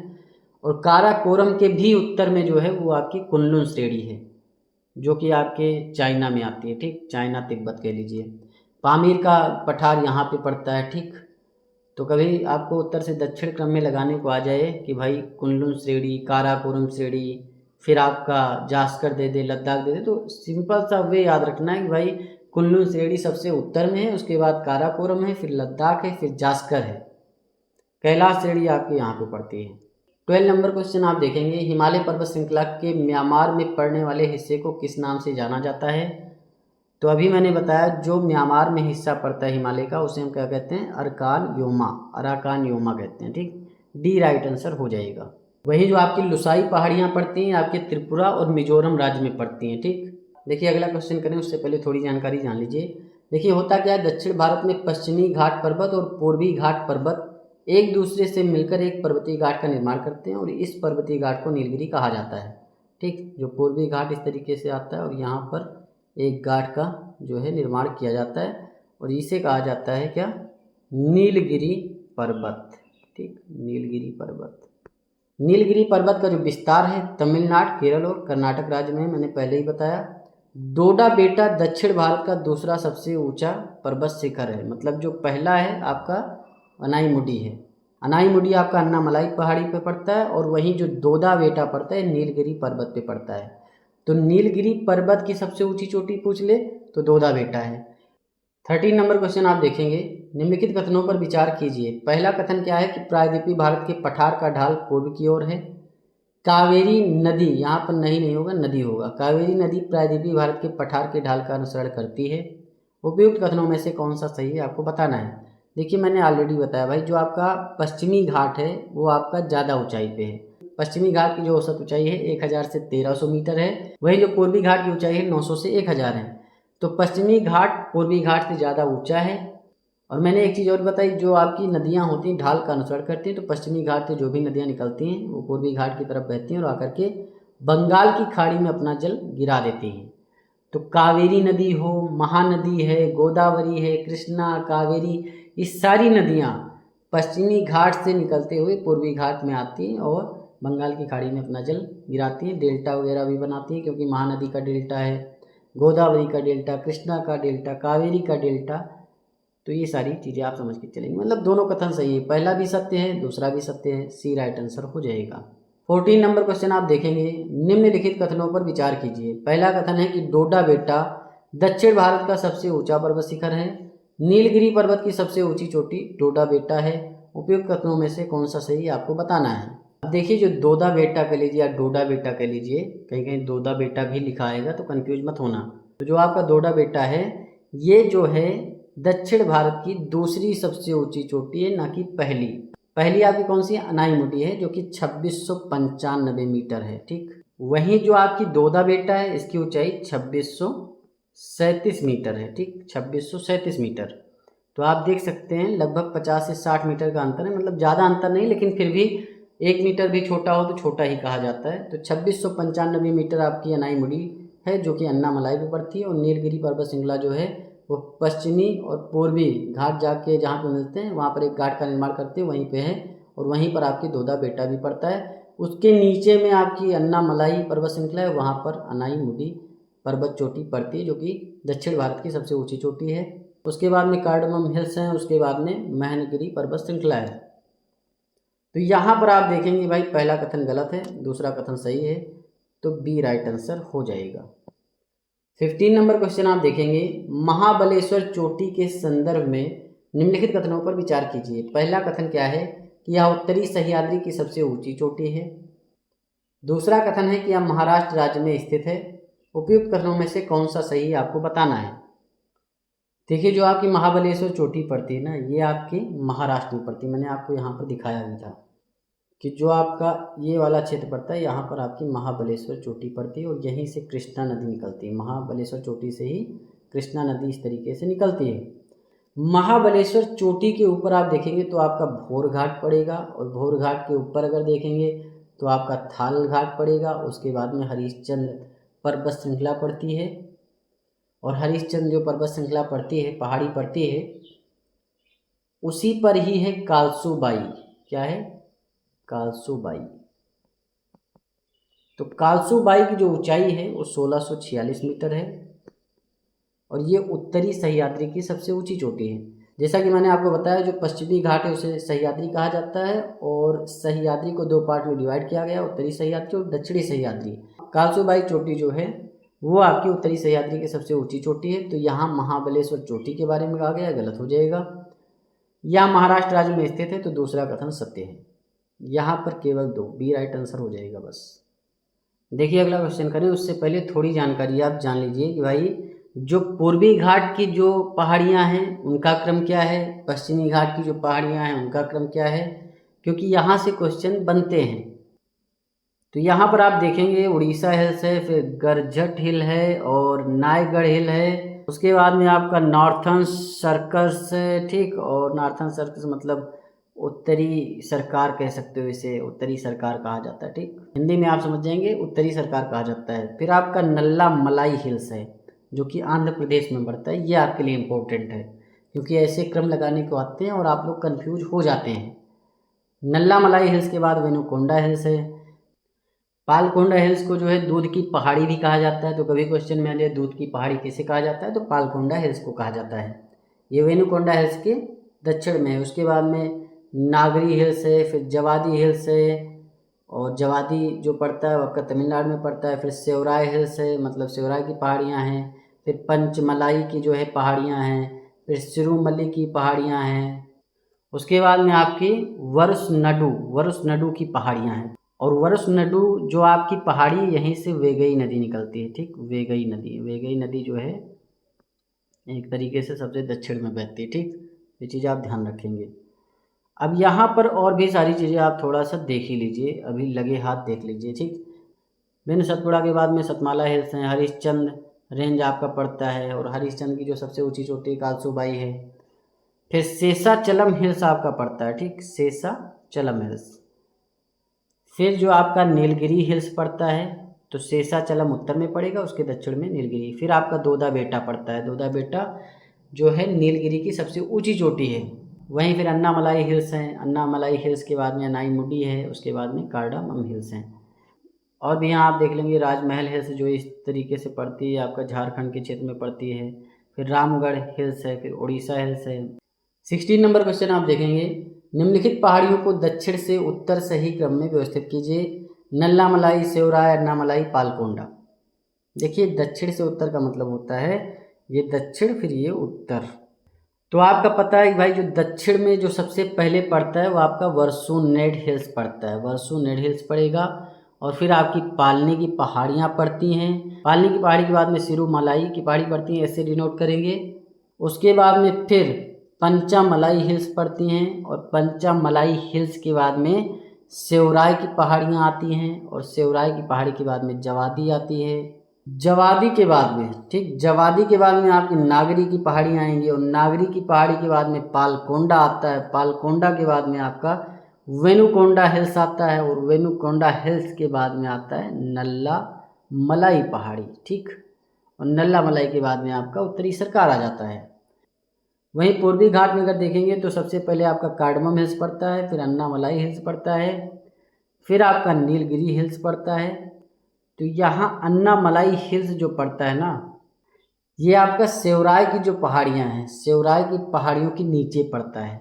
तो अन्नामलाई हिल्स आपका सबसे पहले हो जाएगा, और अन्नामलाई के बाद में आपका सेवराय होगा, सेवराय के बाद में पालकोंडा होगा, पालकोंडा के बाद में नल्ला मलाई होगा। तो यहाँ 3, 2, 4, 1 राइट आंसर होगा, जो कि यहाँ ऑप्शन में नहीं है। 3, 2, 4, 1। 17 नंबर क्वेश्चन आप देखेंगे, निम्नलिखित में से कौन सा सुमेलित नहीं है। पहला है आपका नल्ला मलाई आंध्र प्रदेश, तो आंध्र प्रदेश में नल्ला मलाई पड़ता है। वहीं पालकोंडा तेलंगाना में पड़ता है, ठीक। तो पालकोंडा जब तक आंध्र प्रदेश अलग नहीं हुआ था तो आपका पालकोंडा आंध्र प्रदेश में ही था, लेकिन जब आंध्र प्रदेश से तेलंगाना अलग हो जाता है 2 जून 2014 को, तो यहाँ पालकोंडा और वेलिकोंडा ये 2 हैं, तेलंगाना में आ जाते हैं। तो दूसरा कथन भी सत्य है। वहीं सिरुमलाई तमिलनाडु में पड़ता है। सिरुमलाई के साथ साथ आपके जवादी की पहाड़ियाँ हों, साथ में सेवराय की पहाड़ियाँ हों, साथ में पंचामलाई की पहाड़ी हो, तो ये सारी पहाड़ियाँ जो पड़ती हैं, और वर्सुनाड की पहाड़ी भी, ठीक, पालनी की पहाड़ी भी। तो ये सारी पहाड़ियाँ जवादी, सेवराय, पालनी, वर्सुनाड, पंचामलाई, सिरुमलाई भी, हाँ सिरुमलाई भी ध्यान रखेंगे, तो सिरुमलाई तो है ही, तो सिरुमलाई आपका है ही। तो यहाँ पर तीनों सही है। तो यहाँ पूछा कौन सा सुमेलित नहीं है, तो यहाँ पर ये क्वेश्चन ही गलत है, क्योंकि यहाँ इसे पूछना था भाई कौन सा सुमेलित है। यहाँ पर जो ये क्वेश्चन है मिसप्रिंट है, यहाँ सुमेलित है होना चाहिए और डी राइट आंसर होगा, क्योंकि तीनों आपके सुमेलित हैं। 18 नंबर क्वेश्चन आप देखेंगे यहाँ पर, सूची 1 है, सूची 2 है, यहाँ पर आपको मिलान करना है। काराकोरम आपका कहाँ पे पड़ता है, तो काराकोरम आपका लद्दाख में पड़ता है, ठीक। पीर पंजाल आपका हिमाचल प्रदेश में पड़ेगा। अरावली पर्वत श्रृंखला की बात करें राजस्थान में है। कार्डमम हिल्स आपके केरल में है। नीचे दिए गए कोर्स से सही उत्तर चुनिए, तो 1 2 3 4 ए राइट आंसर हो जाएगा। 19 नंबर क्वेश्चन आप देखेंगे, यहाँ सूची 1 है जिसमें राज्य दे रखे हैं, सूची 2 में आपकी पहाड़ियाँ दे रखी हैं। मेघालय में जो आपकी पहाड़ियाँ पड़ती हैं गारो खासी जयंतिया, तो यहाँ खासी पहाड़ी आपका 4 हो जाएगा। अरुणाचल प्रदेश में आपकी अबोर की पहाड़ियाँ पड़ती हैं। असम में आपकी मिकिर की पहाड़ियाँ पड़ती हैं। उत्तराखंड में तुंगनाथ की पहाड़ी पड़ती है। ए का चौथा हो जाएगा, बी का दूसरा हो जाएगा और सी का जो है तीसरा है और डी का पहला। तो आपका राइट आंसर 4 2 3 1 होगा, ठीक। तो यहाँ पर ऐसा मिलान नहीं है, तो आपका ये गलत हो जाएगा, 4 2 3 1 राइट आंसर होगा। अब यहाँ पर देखेंगे 20 नंबर क्वेश्चन आपका क्या है कि नीलगिरी पर्वत श्रृंखला निम्नलिखित में से किस राज्य में विस्तृत नहीं है। अभी मैंने बताया जो पूर्वी घाट है, पश्चिमी घाट है, आकर के मिल जाता है तो एक घाट का निर्माण करता है। इस घाट की सबसे ऊंची चोटी आपकी दोदा बेट्टा है और ये जो है 3 राज्यों में फैला हुआ है, कर्नाटक, केरल और तमिलनाडु। गोवा इसमें सम्मिलित नहीं है, तो आपका बी राइट आंसर हो जाएगा। 21 नंबर क्वेश्चन आप देखेंगे, निम्नलिखित में से कौन सी पर्वत श्रृंखला पूर्वोत्तर भारत में विस्तृत नहीं है। देखिए गारो पर्वत श्रृंखला, खासी पर्वत श्रृंखला और जयंतिया हो या जयंतिया हो, ये तीनों पर्वत श्रृंखला आपके पूर्वोत्तर राज्य में मेघालय राज्य में पड़ते हैं, मेघालय में स्थित हैं। तो ये आपके पूर्वोत्तर राज्य की जो है पर्वत श्रृंखलाएं हैं। जबकि विंध्य पर्वत श्रृंखला आपको पता है कि ये पूर्वोत्तर भारत की श्रृंखला नहीं है। विंध्य पर्वत श्रृंखला आपका गुजरात से स्टार्ट होता है, गुजरात, राजस्थान, एमपी, साथ में छत्तीसगढ़ का भी कुछ क्षेत्र आता है और उत्तर प्रदेश और बिहार में भी इसका कुछ क्षेत्र मिलता है। तो मेनली जो राज्य हैं वो गुजरात, राजस्थान और मध्य प्रदेश हैं। उसके अलावा अगर देखेंगे कि भाई कहाँ तक फैला हुआ है, तो छत्तीसगढ़ और उत्तर प्रदेश और बिहार में भी इसका क्षेत्र फैला हुआ है। तो यहाँ आपका राइट आंसर सी हो जाएगा। यहाँ पर 22 नंबर क्वेश्चन आप देखेंगे, सूची 1 में राज्य हैं, सूची 2 में चोटियाँ हैं। ओडिशा राज्य की चोटी है वो आपकी देवमाली है, ओडिशा राज्य की देवमाली है। राजस्थान की गुरु शिखर है, सिक्किम की कंचनजंगा है, तमिलनाडु की दोदा बेट्टा है। ये सारी जो भी चोटियाँ ये राज्य की सबसे ऊंची चोटी हैं। जैसे ओडिशा राज्य, इसकी सबसे ऊंची चोटी क्या है, देवमाली है और पूर्वी घाट में स्थित है, 1672 मीटर इसकी ऊंचाई है, ठीक। और वहीं राजस्थान की जो आपकी गुरु शिखर की ऊंचाई है आपके 1722 मीटर है। वहीं तमिलनाडु में दोदा बेट्टा इसकी 2600 समथिंग मीटर है, ठीक। वहीं कंचनजंगा की ऊंचाई जो है आपकी 8586 मीटर है, ठीक, 8586 मीटर। तो ये राज्य है इनकी सबसे ऊंची चोटी है। ओडिशा राज्य में ही आपकी महेंद्रगिरी चोटी है जिसकी ऊंचाई लगभग 1500 मीटर है। पूर्वी घाट की जो सबसे ऊंची चोटी है उसका नाम है जिंदगड़ा है और ये आंध्र प्रदेश में पड़ता है, ठीक, और 1690 मीटर है। कई किताबों में महेंद्रगिरी चोटी दे रखा है भाई पूर्वी घाट की सबसे ऊंची चोटी महेंद्रगिरी है जो कि 1501 ही मीटर है। उससे ज़्यादा ऊंची तो देवमाली चोटी है। तो अगर ऑप्शन में जिंदगड़ा आता है तो आपको जिंदगड़ा ही टिक करना होगा। तो यहाँ पर आप देख सकते हैं ओडिशा आपका देवमाली हो जाएगा, राजस्थान आपका क्या हो जाएगा, गुरु शिखर, सिक्किम कंचनजंगा, तमिलनाडु दोदा बेट्टा। तो ए का चौथा, बी का तीसरा और सी का 4 3 2 1 डी राइट आंसर हो जाएगा।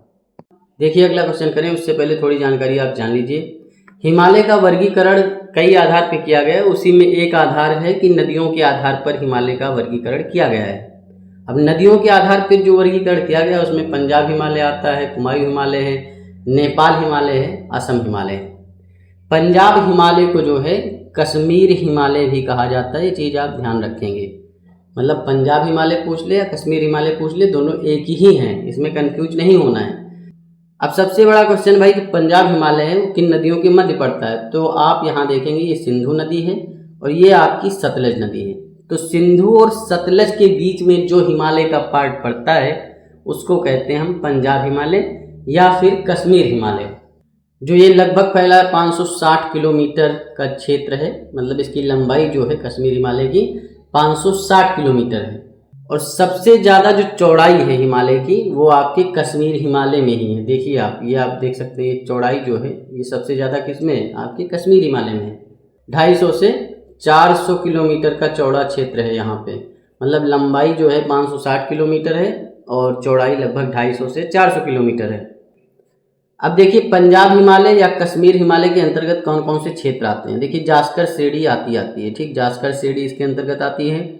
लद्दाख श्रेणी भी इसी के अंतर्गत आएगी, काराकोरम भी इसी के अंतर्गत आएगा, और साथ में पीर पंजाल जो है ये भी इसी के अंतर्गत आता है। धौलाधार श्रेणी भी इसी के अंतर्गत आती है, ठीक, धौलाधार श्रेणी। तो ये सारे क्षेत्र आपके कश्मीर हिमालय में। क्वेश्चन बन जाता है भाई कश्मीर हिमालय में कौन सा क्षेत्र आता है, पीर पंजाल कहाँ पड़ता है, तो पीर पंजाल आपका कश्मीर हिमालय में ही पड़ता है। और साथ में ये भी ध्यान रखना कि भाई दक्षिण एशिया की जो महत्वपूर्ण हिमनियाँ हैं, मतलब ग्लेशियर है, वो चाहे बालतोरा ग्लेशियर हो, ठीक, या फिर आपके सियाचिन ग्लेशियर हो, और आपकी जो महत्वपूर्ण झील हैं जैसे वूलर झील आपकी है, ठीक, वूलर झील है, डल झील है, और जो खारे पानी की पंगोंग त्सो झील है, त्सो मरारू झील है, तो ये सारी झीलें भी आपकी कहाँ पे आती हैं, कश्मीर हिमालय में आती हैं। कश्मीर हिमालय जो है करेवा निक्षेप के लिए जो है प्रसिद्ध है, और इसी के कारण यहाँ पर जो है जाफरान की खेती बहुत ही हाई लेवल पे होती है। कश्मीर हिमालय और पंजाब हिमालय के बारे में आपने जान लिया। अब यहाँ बात करेंगे हम कुमायूं हिमालय के बारे में। देखिए कुमायूं हिमालय का जो क्षेत्र है सतलज नदी और काली नदी के मध्य, ये आपकी काली नदी है, तो सतलज और काली के मध्य जो क्षेत्र पड़ता है वो आपका कुमायूं हिमालय कहा जाता है। कुमायूं हिमालय का ही जो आपका पश्चिमी भाग है, ये आपका क्या है, पश्चिमी भाग है, ये आपका पूर्वी भाग है और ये आपका पश्चिमी भाग है। तो कुमायूं हिमालय का जो पश्चिमी भाग है इसे हम कहते हैं गढ़वाल हिमालय। तो कभी क्वेश्चन में आ जाए भाई गढ़वाल हिमालय किसका पार्ट है, तो ये जो है कुमायूं हिमालय का ही पार्ट है, और कुमायूं हिमालय का पश्चिमी जो क्षेत्र है उसे गढ़वाल हिमालय कहा जाता है। कुमायूं हिमालय जो है वो कश्मीर हिमालय से थोड़ा अधिक ऊंचा है, और साथ में बद्रीनाथ हो, ठीक, बद्रीनाथ है, केदारनाथ है, ठीक, बद्रीनाथ, केदारनाथ, त्रिशूल, माना दर्रा जो है, गंगोत्री है, नंदा देवी है, कामेत है, ये प्रमुख चोटियाँ जो हैं आपकी कुमायूं हिमालय में ही पड़ती हैं। आप देख भी सकते हैं गंगा नदी और यमुना नदी, भाई गंगा नदी जो है गंगोत्री चोटी से निकली है, यमुना यमुनोत्री से निकली है, तो ये सारे क्षेत्र आपके कुमायूं हिमालय में ही पड़ते हैं। तो कभी क्वेश्चन में आ जाए गंगोत्री यमुनोत्री किस हिमालय में पड़ता है, तो कुमायूं हिमालय में पड़ता है। और यहीं आपके कुमायूं हिमालय के क्षेत्र में ही नैनीताल हो गया, या फिर भूमिताल, सात ताल झील, माना दर्रा, नीति दर्रा, ये सारे क्षेत्र आपके कुमायूं हिमालय में पड़ते हैं। ये बहुत ही इंपॉर्टेंट टॉपिक है, इसे हल्के में मत लीजिए, क्योंकि क्वेश्चन अब यहीं से बनते हैं और डीपली क्वेश्चन बनते हैं, आप लोग कंफ्यूज हो जाते हैं, यार ये कहाँ से आ गया। अगला क्षेत्र है आपका नेपाल हिमालय। काली नदी और तिस्ता नदी के मध्य जो हिमालय पड़ता है वो नेपाल हिमालय कहा जाता है। इसकी जो लंबाई देखेंगे तो इसकी लंबाई जो है 800 किलोमीटर है, ठीक, 800 किलोमीटर का क्षेत्र है। वही जो कुमायूं हिमालय का क्षेत्र था ये 320 किलोमीटर का क्षेत्र था। वहीं कश्मीर हिमालय जो था वो आपका 560 किलोमीटर था। तो देख रहे हैं ना सबसे लंबा कौन सा है, तो सबसे लंबा आपका नेपाल हिमालय है, मतलब नेपाल हिमालय की लंबाई सबसे ज़्यादा है। नेपाल हिमालय की लंबाई 800 किलोमीटर है, तो असम हिमालय की 750 किलोमीटर है, मतलब दूसरे नंबर पे लंबाई के मामले में असम हिमालय आएगा, उसके बाद आपका कश्मीर हिमालय, उसके बाद में कुमायूं हिमालय। कल को क्वेश्चन आ जाए कि लंबाई के मामले में जो आपके हिमालय के क्षेत्र दे रखे हैं, पंजाब हिमालय, कुमायूं हिमालय, नेपाल हिमालय, असम हिमालय, इनको घटते क्रम में लगाइए। तो सबसे पहले नेपाल हिमालय लिखेंगे, फिर असम हिमालय, फिर पंजाब हिमालय, फिर कुमायूं हिमालय। और सबसे इम्पोर्टेंट चीज़ कि भाई कश्मीर हिमालय सिंधु और सतलज के मध्य आता है, और कुमायूं हिमालय जो है सतलज काली के मध्य, नेपाल हिमालय काली तिस्ता के मध्य, और असम हिमालय तिस्ता और किसके मध्य, ब्रह्मपुत्र नदी के मध्य। ब्रह्मपुत्र देखिए यू आकार से यहाँ पे मुड़ जाती है। जो नेपाल हिमालय है इसी के अंतर्गत सिक्किम हिमालय आता है, मतलब सिक्किम में जो हिमालय क्षेत्र पड़ता है उसे सिक्किम हिमालय कहते हैं।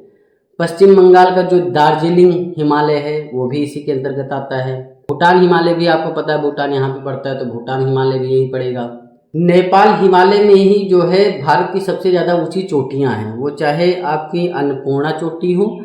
अन्नपूर्णा चोटी की जो ऊंचाई है वो आपकी कितनी है, 8,073 मीटर। फिर आपकी धौलागिरी है 8172 मीटर आपकी है, ठीक। इसी तरीके से गोसाईनाथ है, कंचनजंगा 8,598 मीटर, चोयू चोटी है, मकालू है, एवरेस्ट आपका नेपाल में पड़ता है। तो ये सारी चोटियां जो लंबी वाली हैं ये आपके कहाँ पड़ती हैं, नेपाल हिमालय में पड़ती हैं। कल को क्वेश्चन पूछ लिया अन्नपूर्णा कहाँ पड़ेगा, नेपाल हिमालय में पड़ेगा। धौलागिरी कहाँ पड़ेगा, नेपाल हिमालय में। कंचनजंगा नेपाल हिमालय में, एवरेस्ट नेपाल हिमालय में, मकालू भी नेपाल हिमालय में। तो ये सारी चीज़ें आप समझ के चलेंगे।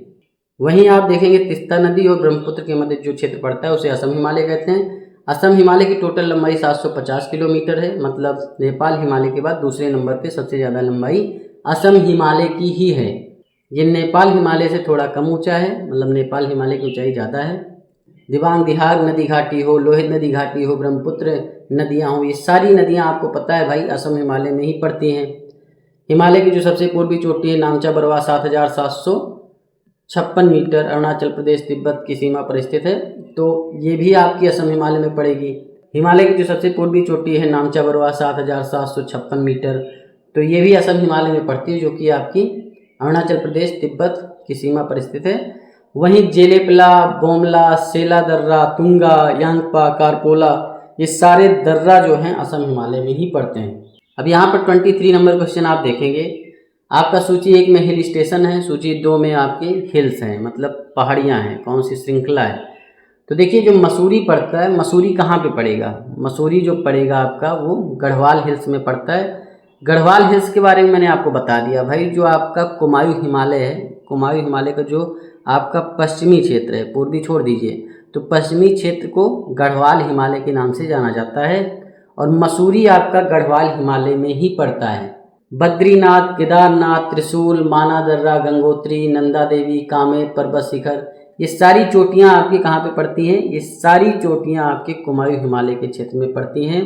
नैनीताल, भूमिताल, सात ताल झील, ये सारी चीज़ें यहीं पे पड़ती हैं। मसूरी भी आपका यहीं पड़ता है। नैनीताल आपका कहाँ पड़ेगा, अभी मैंने बताया कुमायूं हिमालय। पंचमढ़ी आपका कहाँ पे पड़ता है, पंचमढ़ी आपका सतपुड़ा हिल्स में पड़ता है। वहीं ऊटी आपका कहाँ पे पड़ता है, ऊटी भी एक हिल स्टेशन है, और ये आपका नीलगिरी पर्वत श्रृंखला में पड़ता है, जो कि पश्चिमी घाट और पूर्वी घाट का मिलन बिंदु होता है, ठीक। तो ऊटी आपके नीलगिरी पे पड़ता है। तो यहाँ देखिए ए का तीसरा हो गया, बी का दूसरा हो गया, 3-2, और सी का चौथा, 3-2-4-1, बी राइट आंसर हो जाएगा। 24 नंबर क्वेश्चन आप देखेंगे, निम्नलिखित में से कौन सा सुमेलित नहीं है। देखिए मिकिर पहाड़ियों की बात करें तो ये असम में पड़ती हैं, पहला कथन पूरी तरीके से सत्य है। लुसाई हिल्स की बात करें तो मैंने आपको ऑलरेडी बता रखा भाई, जो त्रिपुरा और मिजोरम का ऐसे क्षेत्र है ना, तो त्रिपुरा और मिजोरम के क्षेत्र में ही लुसाई हिल्स पड़ती हैं, गोवा में नहीं पड़ती है, कथन गलत हो जाएगा। कामेत पर्वत आपका उत्तराखंड में पड़ता है। देखिए कामेत पर्वत उत्तराखंड में तो पड़ता, लेकिन अगर पूछ ले किस हिमालय में पड़ता है तो कुमायूं हिमालय में पड़ता है। लगभग उत्तराखंड का जो भी क्षेत्र है वो आपका कुमायूं हिमालय में ही आता है, इतना मान के चलिए। अगर उत्तराखंड से कुछ भी उठा के पूछ लेंगे भाई ये बताओ माना दर्रा या गंगोत्री, यमुनोत्री, नंदा देवी, सात ताल झील, नैनीताल झील, भूमिताल झील, ये कहाँ पड़ता है, तो कुमायूं हिमालय आप बिना सोचे लगा देंगे, टेंशन बिल्कुल भी नहीं लेंगे। तो ये सारी चीज़ें हैं। तो कामेत पर्वत उत्तराखंड में पड़ता है। कंचनजंगा आपका सिक्किम में पड़ता है, जो कि भारत की सबसे ऊंची चोटी हिमालय की।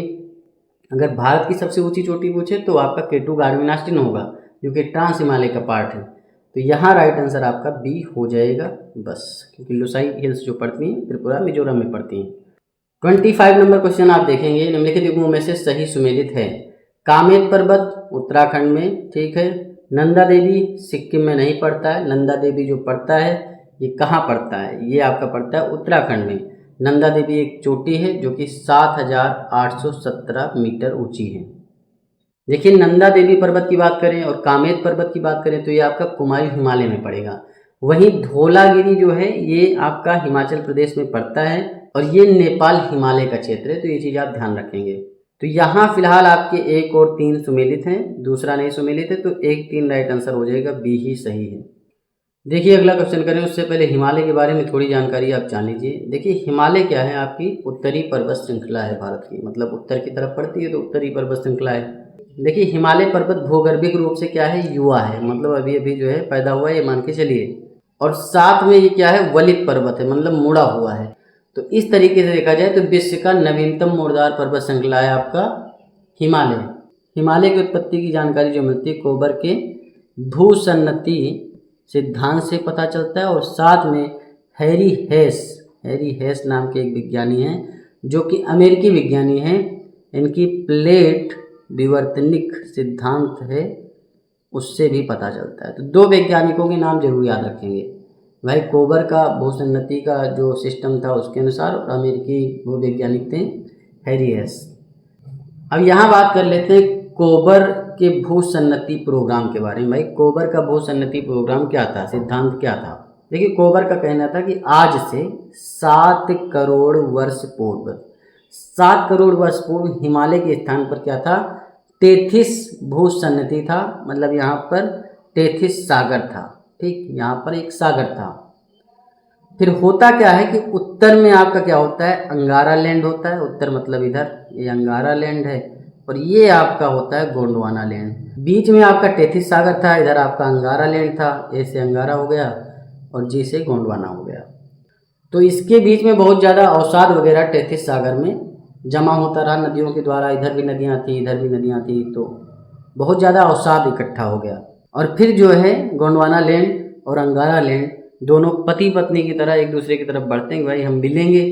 तो मिलने के लिए जैसे आगे बढ़ते हैं तो दबाव यहाँ पे होता है और यहाँ पर हिमालय का निर्माण हो जाता है। तो इस तरीके से आप कह सकते हैं जो आपका टेथिस सागर है ना, ये हिमालय का गर्भगृह है, मतलब यहीं से हिमालय पैदा हुआ है। देखिए कोबर की बात हमने कर ली, अब हम हैरी हेस की बात करेंगे। हैरी हेस जो होते हैं ना, हैरी हेस जो होते हैं प्लेट टेक्टोनिक्स थ्योरी देते हैं, यानी जो है प्लेट विवर्तनिकी सिद्धांत हिमालय की उत्पत्ति की सर्वश्रेष्ठ व्याख्या करता है। इसके अनुसार ये कहते हैं भाई आज से 7 करोड़ वर्ष पूर्व, मतलब दोनों मानते हैं कि 7 करोड़ वर्ष पूर्व ही हुआ था। इनका मानना था कि भारतीय प्लेट जो थी, ठीक, और जो यूरेशियन प्लेट थी, ये उत्तर पूर्वी दिशा में गतिशील थी, और 2 से 3 करोड़ वर्ष पूर्व भूभाग अत्यधिक निकट आ गया, जिससे टेथिस अवसादों में वलय पड़ गया और हिमालय का उत्थान चालू हो गया। लगभग 1 करोड़ वर्ष पूर्व हिमालय की सभी श्रृंखलाएं आकार में आ चुकी थी। देखिए जो हैरी हेस का मानना था कि बृहद हिमालय का जो निर्माण हुआ है ये आपके इयोसीन या ओलिगोसीन कल्प में हुआ है, वहीं मायोसीन कल्प में आपके लघु हिमालय का, वहीं साथ में जो आपका शिवालिक जो कि एकदम उत्तर में पड़ता है, इसका निर्माण प्लायोसीन कल्प में हुआ है। देखिए हिमालय पर्वत का भारत में अगर विस्तार देखेंगे तो नंगा पर्वत से स्टार्ट होता है, ठीक, और यहाँ पर नामचा बरवा पर्वत तक इसका विस्तार है पूरी तरीके से। नामचा बरवा के पास में ये अक्ष संघीय मोड़ के साथ मुड़ जाता है। बाद में अंडमान निकोबार भी इसी का क्षेत्र है, ये चीज़ मैंने आपको ऑलरेडी बता रखी है। एक चीज़ और भी ध्यान रखेंगे, जो हिमालय का पश्चिम से पूर्व का सिस्टम है, ये आपका पश्चिम है, ये आपका पूर्व है। तो पश्चिम से पूर्व जैसे जैसे ये जाता है ना, तो इसकी चौड़ाई आप देख रहे हैं कम होती चली जाएगी। मतलब पश्चिम में इसकी चौड़ाई ज़्यादा है, पूरब में जो है इसकी चौड़ाई कम हो जाएगी। पश्चिम पूरब आप समझ सकते हैं, पूरब है, पश्चिम है, उत्तर है, दक्षिण है। तो पश्चिम से पूर्व में हिमालय की चौड़ाई कम होती है, वहीं ऊंचाई बढ़ती जाती है, क्योंकि आपको पता है कि माउंट एवरेस्ट जो है आपका पूरब में पड़ता है और माउंट एवरेस्ट चोटी सबसे ऊंची चोटी है। देखिए हिमालय का अगर आप आकार देखेंगे तो ये चापाकार आकार में, जैसे आपका होता नहीं था ज्योमेट्री बॉक्स जो आपकी होती है उसमें एक जो है चाप खींचने वाला इंस्ट्रूमेंट आपके पास होता है, तो हिमालय चापाकार जो है आकार बनाता है। देखिए हिमालय के अगर एकदम उत्तर में देखेंगे तो आपका क्या पड़ेगा, बृहद हिमालय पड़ता है। उसके बाद में आपका मध्य हिमालय या लघु हिमालय कहा जाता है। ये जो आपका क्षेत्र है लघु हिमालय का, इसे मध्य हिमालय भी कहते हैं। तो ये आपके बृहद हिमालय के दक्षिण में पड़ेगा। वहीं मध्य हिमालय के दक्षिण में देखेंगे तो आपका शिवालिक पड़ेगा। शिवालिक जो कि प्लायोसीन कल्प में इसका विकास हुआ है। तो ये आप देख सकते हैं, ये आपका बृहद हिमालय है, ये आपका मध्य हिमालय है, ये आपका शिवालिक है। और ये जो इसकी चौड़ाई है जो चापाकार रूप में, ये 2500 किलोमीटर की। तो हिमालय की लंबाई अगर पूछ ले तो भाई 2500 किलोमीटर इसकी लंबाई है। अगर औसत चौड़ाई की बात करें तो 150 से 400 किलोमीटर इसकी औसत चौड़ाई है। मतलब कहीं कहीं 150 किलोमीटर की औसत चौड़ाई, कहीं 400 है। तो ये सारी चीज़ें आप ध्यान रखेंगे। अब देखिए यहाँ पर एक चीज़ और ध्यान रखेंगे, जो ये आपका क्षेत्र पड़ता है ना, ये आपका ट्रांस हिमालय का क्षेत्र है। देखिए ट्रांस हिमालय का जो निर्माण हुआ है ये अवसादी सेलों से हुआ है। जो आपकी अवसादी सेल थी, मतलब अग्नेय सेल थी, उनका जो है अपर्दन होता चला गया, तो उनसे इनका निर्माण होता है। जो आपकी सतलज नदी है या फिर आपकी सिंधु नदी है, ब्रह्मपुत्र नदी है, सांगपो नदी, ये सारी नदियाँ कहीं ना कहीं ट्रांस हिमालय से ही निकली। ट्रांस हिमालय का क्षेत्र जो है आपका कैलाश पर्वत तक चला आता है। ठीक, जो ट्रांस हिमालय हिमालय से अलग होता है तो उसे कहा जाता है Indo Tsangpo suture zone, ITSZ। देखिए जो आपका ITSZ है ना, ITSZ, इसे हिंज लाइन भी कहा जाता है। तो आपका हिमालय ट्रांस हिमालय से अलग होता है ITSZ के द्वारा। अब ट्रांस हिमालय में आप देख सकते हैं आपकी जास्कर की पहाड़ियाँ पड़ती हैं। ठीक, ये आपकी जास्कर पहाड़ी हैं, फिर आपका जो है लद्दाख है, फिर काराकोरम है। कैलाश श्रेणी भी आपके ट्रांस हिमालय का ही पार्ट है। और कैलाश श्रेणी से ही आपकी जो नदियाँ निकलती हैं, आपकी कौन सी नदी है, सतलज है, सिंधु है, ब्रह्मपुत्र, सांगपो, सारी नदियाँ निकलती हैं तो कहीं ना कहीं ट्रांस हिमालय से ही निकलती हैं। जो आपकी काराकोरम श्रेणी है ना, इसे जो है एशिया की रीढ़ की हड्डी कहा जाता है, backbone of high Asia. Bharat की सबसे ऊंची चोटी केटू गार्डविन ऑस्टिन इसी काराकोरम श्रेणी पे है। ठीक, ये भी चीज़ आप ध्यान रखेंगे, 8611 मीटर इसकी ऊंचाई है। केटू गार्डविन ऑस्टिन का जो पुराना नाम है वो आपका गौरी नंदा पर्वत है। ठीक, गौरी नंदा पर्वत। एक अंग्रेज होते हैं वो अपने नाम पे इसका गार्डविन ऑस्टिन रख देते हैं, केटू गार्डविन ऑस्टिन, जबकि इसका पुराना नाम गौरी नंदा पर्वत था। वही जो आपका लद्दाख श्रेणी है, ये आपकी लद्दाख श्रेणी है। लद्दाख श्रेणी पे ही जो है आपकी सबसे जो तीव्र ढलान वाली चोटी है राकापोसी। तो राकापोसी किस जो है श्रेणी पे है, कल को क्वेश्चन पूछ ले तो लद्दाख श्रेणी पे है। और सबसे ज़्यादा ढलान वाली, मतलब विश्व की सबसे ज़्यादा ढलान वाली चोटी है राकापोसी। देखिए काराकोरम श्रेणी के अगर पश्चिम में देखोगे तो पामीर का पठार यानी पामीर की घाट मिलेगी, वहीं हिंदूकुश श्रेणी भी मिलेगा, और साथ में काराकोरम के अगर दक्षिण पूर्व में देखोगे तो कैलाश श्रेणी मिलेगी। एक चीज़ और ध्यान रखेंगे, जो आपकी सिंधु नदी बह रही है, आपकी सिंधु नदी बह रही है, तो सिंधु नदी जास्कर और लद्दाख श्रेणी के मध्य बहती है। मतलब ये आपकी जास्कर श्रेणी है, ठीक, और ये आपकी लद्दाख श्रेणी है। तो जास्कर और लद्दाख के मध्य में सिंधु नदी बहती है। सिंधु नदी बुंजी नामक स्थान पे जो है लद्दाख श्रेणी को काटती है और भारत के सबसे गहरे गार्ज, ये भारत का सबसे गहरा गार्ज है। ठीक, गहरा गार्ज, इसका नाम है क्या, बुंजी गार्ज। तो बुंजी गार्ज का निर्माण सिंधु नदी करती है लद्दाख श्रेणी में। 26 नंबर क्वेश्चन आप देखेंगे, निम्नलिखित कथनों पर विचार कीजिए। पहला कथन है हिमालय संसार की सबसे ऊंची पर्वत श्रृंखला है। तो पहला कथन पूरी तरीके से सत्य है, हिमालय जो है संसार की सबसे ऊंची पर्वत श्रृंखला है। जम्मू कश्मीर में सिंधु नदी के महाखंड से लेकर अरुणाचल प्रदेश में ब्रह्मपुत्र के महाखंड तक हिमालय का विस्तार है।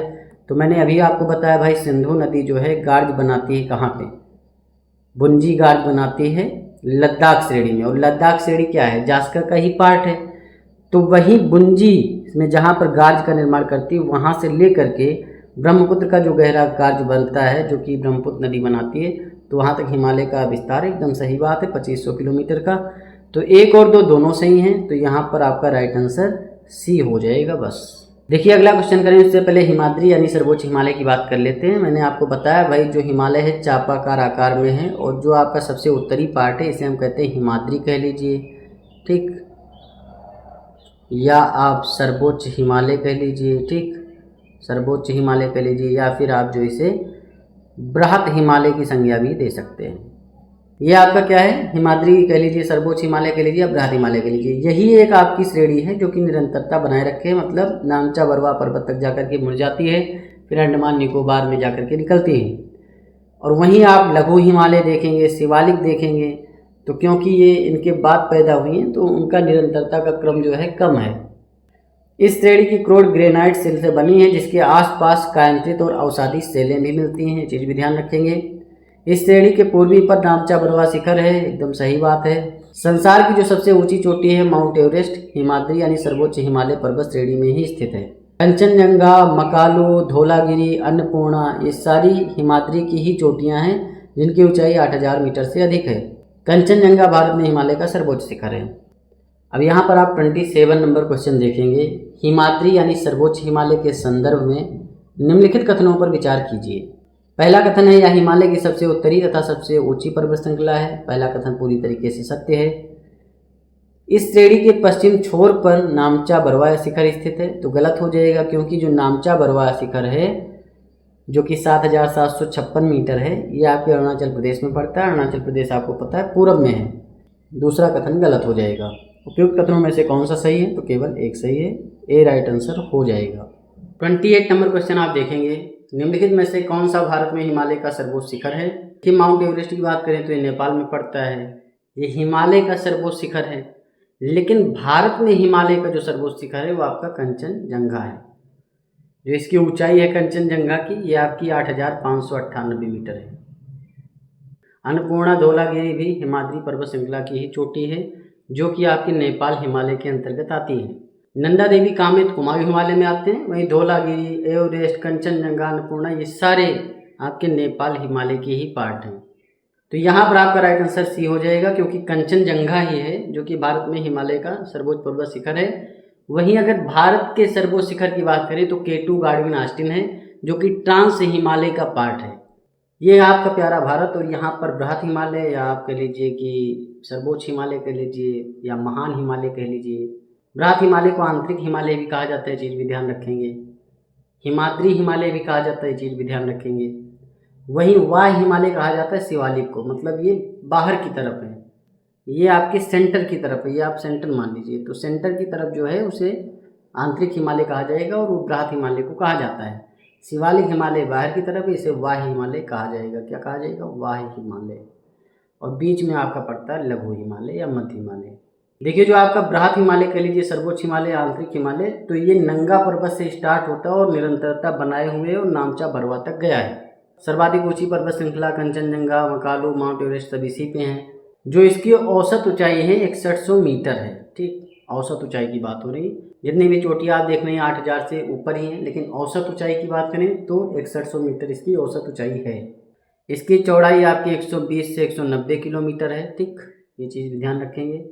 देखिए, क्वेश्चन इस टाइप से पूछा जाता है, भाई जो बृहत हिमालय है, महान हिमालय है, ये किस चट्टान से बना हुआ है, या फिर इस हिमालय पर किस प्रकार की चट्टानें पाई जाती हैं? तो अग्नि प्रकार की चट्टानें जो है यहाँ पर मिलती हैं, अग्नि प्रकार की, और साथ में कायंत्रित शिलाएँ भी मिलती हैं। कायंत्रित चट्टान भी आपको देखने को मिलेंगी। जो आपकी कायंत्रित चट्टानें होती हैं उसमें ग्रेनाइट से स्टोनलेस आता है। जो भी आपकी चट्टानें हैं पूरे साल भर बर्फ़ से ढकी रहती हैं, और इन्हीं में से जो है हिमनद निकलते हैं, मतलब ग्लेशियर निकलते हैं। बृहत हिमालय के बारे में मैंने बता दिया, आंतरिक हिमालय कहा जाता है, महान हिमालय कहा जाता है, सर्वोच्च हिमालय कहा जाता है। साथ में इसका एक नाम और है, केंद्रीय अच्छी श्रेणी। अच्छी श्रेणी, अच्छी श्रेणी। अब ये क्यों कहा जाता है? क्योंकि केंद्रीय मतलब केंद्र की तरफ ये मुड़ा हुआ है, और इसका जो अक्ष है, इसका झुकाव भी केंद्र की तरफ है, तो इसे केंद्रीय अच्छी श्रेणी कहा जाता है। सिंधु नदी के घाट से आपके अरुणाचल प्रदेश के जो अच्छे झुकाव है वहाँ तक ये फैला हुआ है। विश्व के सर्वोच्च पर्वत शिखर आपके इसी पे आते हैं, Kanchenjunga, Makalu, mount Everest 8,848 metre है। ये विश्व की सर्वोच्च चोटी है और इसी श्रेणी में स्थित है। अगर बात करें भाई माउंट एवरेस्ट पर पहली भारतीय महिला कौन चढ़ी हैं, तो बछेंद्री पाल चढ़ी हैं 1984 में। अब बात करते हैं आपके लघु हिमालय या मध्य हिमालय की, जो कि आपके बृहत हिमालय के दक्षिण में है। बृहत हिमालय से जो लघु हिमालय अलग होता है, ये आपके MCT के द्वारा अलग होता है। MCT का मतलब मैन सेंट्रल थ्रस्ट।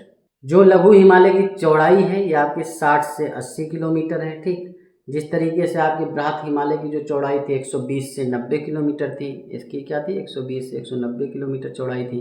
तो लघु हिमालय की 60 से 80 किलोमीटर इसकी औसत चौड़ाई है, और जो इसकी औसत ऊंचाई है वो 3500 से 4500 मीटर है। ये चीज़ ध्यान रखेंगे, ऐसे क्वेश्चन बनते हैं। जैसे आपका जो है बृहत हिमालय उसकी औसत ऊंचाई 6100 मीटर है, तो उसी तरीके से लघु हिमालय की जो औसत ऊंचाई है 3500 से 4500 मीटर है। लघु हिमालय की ज़्यादातर चोटियाँ 5000 मीटर से अधिक हैं। लघु या मध्य हिमालय पर 3 से 4 महीने जो ठंडी का मौसम होता है उस टाइम पे बर्फ़ गिरती है, और साल भर लगभग यहाँ पर शीतल और स्वास्थ्यवर्धक मौसम रहता है। लघु हिमालय पे पीर पंजाल आपको श्रेणी मिलेगी, धौलाधार श्रेणी मिलेगी। ठीक, नाग टिब्बा महाभारत श्रेणी भी आपको इसी मध्य हिमालय में देखने को मिलेगी। पीर पंजाल श्रेणी पर ही बुर्जिल और आपके बनिहाल दर्रे मिलते हैं। ठीक, तो कभी क्वेश्चन में आ जाए भाई जो बुर्जिल दर्रा है या फिर बनिहाल दर्रा है किस श्रेणी पे है, तो पीर पंजाल श्रेणी पे है। पीर पंजाल ये पर्वत श्रेणी है, धौलाधार भी पर्वत श्रेणी है, और ये आपके मध्य हिमालय के पार्ट में ही आते हैं।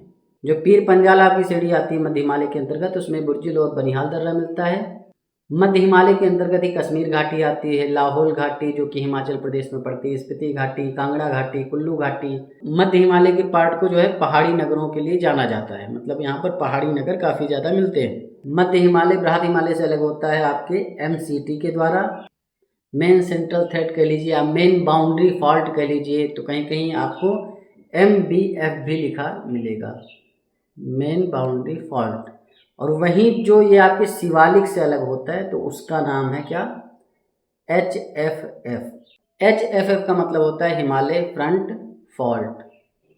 अब बात कर लेते हैं हम शिवालिक श्रेणी की। देखिए जो ये शिवालिक श्रेणी है ना, ये आपके हिमालय की सबसे बाह्य श्रेणी है, बाहरी श्रेणी है। तो बाहरी श्रेणी भी कहा जाता है, बाह्य श्रेणी भी कहा जाता है, क्योंकि आंतरिक श्रेणी कौन सी है, आंतरिक श्रेणी आपकी सर्वोच्च हिमालय, महान हिमालय, क्योंकि ये मान लीजिए सेंटर है तो इसकी तरफ इसका मुंह है और ये बाहर की तरफ है। इसे हिमालय की सबसे बाहरी के साथ साथ सबसे दक्षिणी श्रृंखला भी कहा जाएगा, क्योंकि ये दक्षिण में है, हिमालय के दक्षिण में है। और साथ में ये हिमालय की सबसे नवीन श्रृंखला है, मतलब जो आपका आंतरिक हिमालय, वाह्य हिमालय है या फिर सर्वोच्च हिमालय, वो सबसे ज़्यादा पुराना माना जाएगा। उससे नया आपका मध्य हिमालय और मध्य हिमालय से भी नया आपका शिवालिक हिमालय है। इसकी जो चौड़ाई है वो आपके 10 से 50 किलोमीटर है, ठीक, 10 से 50 किलोमीटर। जिस तरीके से आपका आंतरिक हिमालय था तो उसकी चौड़ाई 120 से 190 किलोमीटर थी। फिर आपका निम्न या लघु हिमालय या फिर मध्य हिमालय था, उसकी चौड़ाई 60 से 80 किलोमीटर थी। वहीं जो आपका शिवालिक हिमालय है, इसकी चौड़ाई 10 से 50 किलोमीटर है और इसकी औसत ऊंचाई 600 से 1500 मीटर। मतलब सबसे कम ऊंचाई जो होती है तीनों हिमालय में वो आपके शिवालिक हिमालय में ही होती है। देखिए शिवालिक श्रेणी बनी कैसे है, तो बनी इस तरीके से है, जो भी आपकी नदियाँ होती है बहुत सारा अवसाद ला ला करके यहाँ पर जो है ऊंचे ऊंचे क्षेत्र बना देती हैं। शिवालिक श्रेणी पे आपके जो है कोड़धारी वन मिलते हैं, छोटे छोटे घास के मैदान मिलते हैं, ठीक, जिन्हें पश्चिम में दून कहा जाता है, मतलब जो आपका पश्चिम का क्षेत्र है वहाँ दून कहते हैं। और जो आपका पूर्व का क्षेत्र है जैसे हरिद्वार है तो ये आपका यहाँ पे द्वार कहा जाता है। तो शिवालिक श्रेणी के पश्चिम में जो घास के मैदान मिलते हैं उन्हें दून कहते हैं और जो पूर्व में मिलते हैं उन्हें द्वार कहा जाता है। उत्तराखंड में बुग्याल या प्यार नाम से भी जाना जाता है। प्रसिद्ध दून आपका देहरादून है, ठीक, कोटली दून है, पाटली दून है, द्वार आपका हरिद्वार है। देखिए खेती के लिए अच्छी संभावना शिवालिक श्रेणी पर ही मिलती है, इसीलिए यहाँ पर अच्छा बसाव देखने को मिलता है, मतलब लोग यहाँ ज़्यादा रहते हैं। और यहाँ पर हिमालय, लघु या मध्य हिमालय के बारे में जानकारी जान भी लीजिए भाई। ये आपका क्या है, ये आपका सर्वोच्च हिमालय है, उसके बाद में लघु हिमालय पड़ता है। तो लघु हिमालय जो है इसकी जो चौड़ाई है 60 से 80 किलोमीटर है। इसके कुछ शिखर जो है 5000 मीटर से अधिक ऊँचे हैं। यह श्रेणी बहुत ही ऊबड़ खाबड़ क्षेत्र में है। इसमें संपीड़न के द्वारा बड़े पैमानों पर सेलों का कायांतरण हुआ है। इस श्रेणी की रचना कायांत्रित सेलों से हुई है। वहीं जो आपका बृहद हिमालय है उसमें रवेदार अग्नेय सेल भी मिलते हैं, कायांत्रित सेल भी मिलते हैं, लेकिन इसकी जो रचना हुई है कायांत्रित सेलों से ही हुई है। इस श्रेणी के पूर्वी भाग के मंद ढाल घने वनों से ढके हैं और जितनी भी श्रेणियाँ उनकी दक्षिणी विमुख ढाल जो है बहुत ही तीव्र है और वनस्पति विहीन है। वहीं उत्तराभिमुख ढालों पर इनकी सघन वनस्पतियाँ पाई जाती हैं। 29 नंबर क्वेश्चन आप देखेंगे, हिमालय, लघु या मध्य हिमालय के संदर्भ में निम्नलिखित कथनों पर विचार कीजिए। पहला कथन क्या है कि इस श्रेणी के पूर्वी भाग के मंद ढाल घने वनों से ढके हैं। पहला कथन पूरी तरीके से सत्य है, मतलब जो इसका पूर्वी ढाल है, पूर्वी ढाल ये है। लघु हिमालय का जो पूर्वी ढाल है यहाँ पर मंद ढाल है और घने वन मिलते हैं। अगर तीव्र ढाल होता है तो वहाँ पर वन नहीं देखने को मिलते हैं। इस श्रेणी की रचना कायांत्रित सेलों से हुई है। दूसरा कथन भी सत्य है, मतलब यहाँ पर दोनों कथन सत्य हैं। सी राइट आंसर हो जाएगा। देखिए अगला क्वेश्चन करें उससे पहले शिवालिक या वाह्य हिमालय के बारे में जान लीजिए। हिमालय की सबसे दक्षिण श्रेणी शिवालिक के नाम से विख्यात है। हिमालय की हिमाद्री और हिमाचल पर्वत श्रेणियाँ शिवालिक से पहले बन चुकी हैं। जाहिर सी बात है शिवालिक सबसे नवीन है। हिमाद्री और हिमाचल श्रेणियों से निकलने वाली नदियाँ कंकड़, पत्थर, बालू, मिट्टी भारी मात्रा में बहाकर लाती हैं और इन्हीं तेजी से सिकुड़ते टेथिस सागर में जमा कर देती हैं और इसी से शिवालिक का निर्माण होता है। कालांतर में हुई हलचलों से कंकड़, पत्थर और बालू के अवसादों में मोड़ पाए गए और इस प्रकार शिवालिक श्रेणी का निर्माण हो जाता है। ये सबसे कम संगठित श्रेणी है। हिमाद्री और हिमाचल पर्वत श्रेणियों की तुलना में शिवालिक श्रेणियाँ कम ऊंची हैं। 30 नंबर क्वेश्चन आप देखेंगे, शिवालिक यानी वाह्य हिमालय के संदर्भ में निम्नलिखित कथनों पर विचार कीजिए। पहला कथन है हिमालय की हिमाद्री और हिमाचल पर्वत श्रेणियां शिवालिक से पहले बन चुकी थी। पहला कथन पूरी तरीके से सत्य है। दूसरा कथन है हिमाद्री और हिमाचल पर्वत श्रेणियों की तुलना में शिवालिक श्रेणियां कम ऊंची हैं।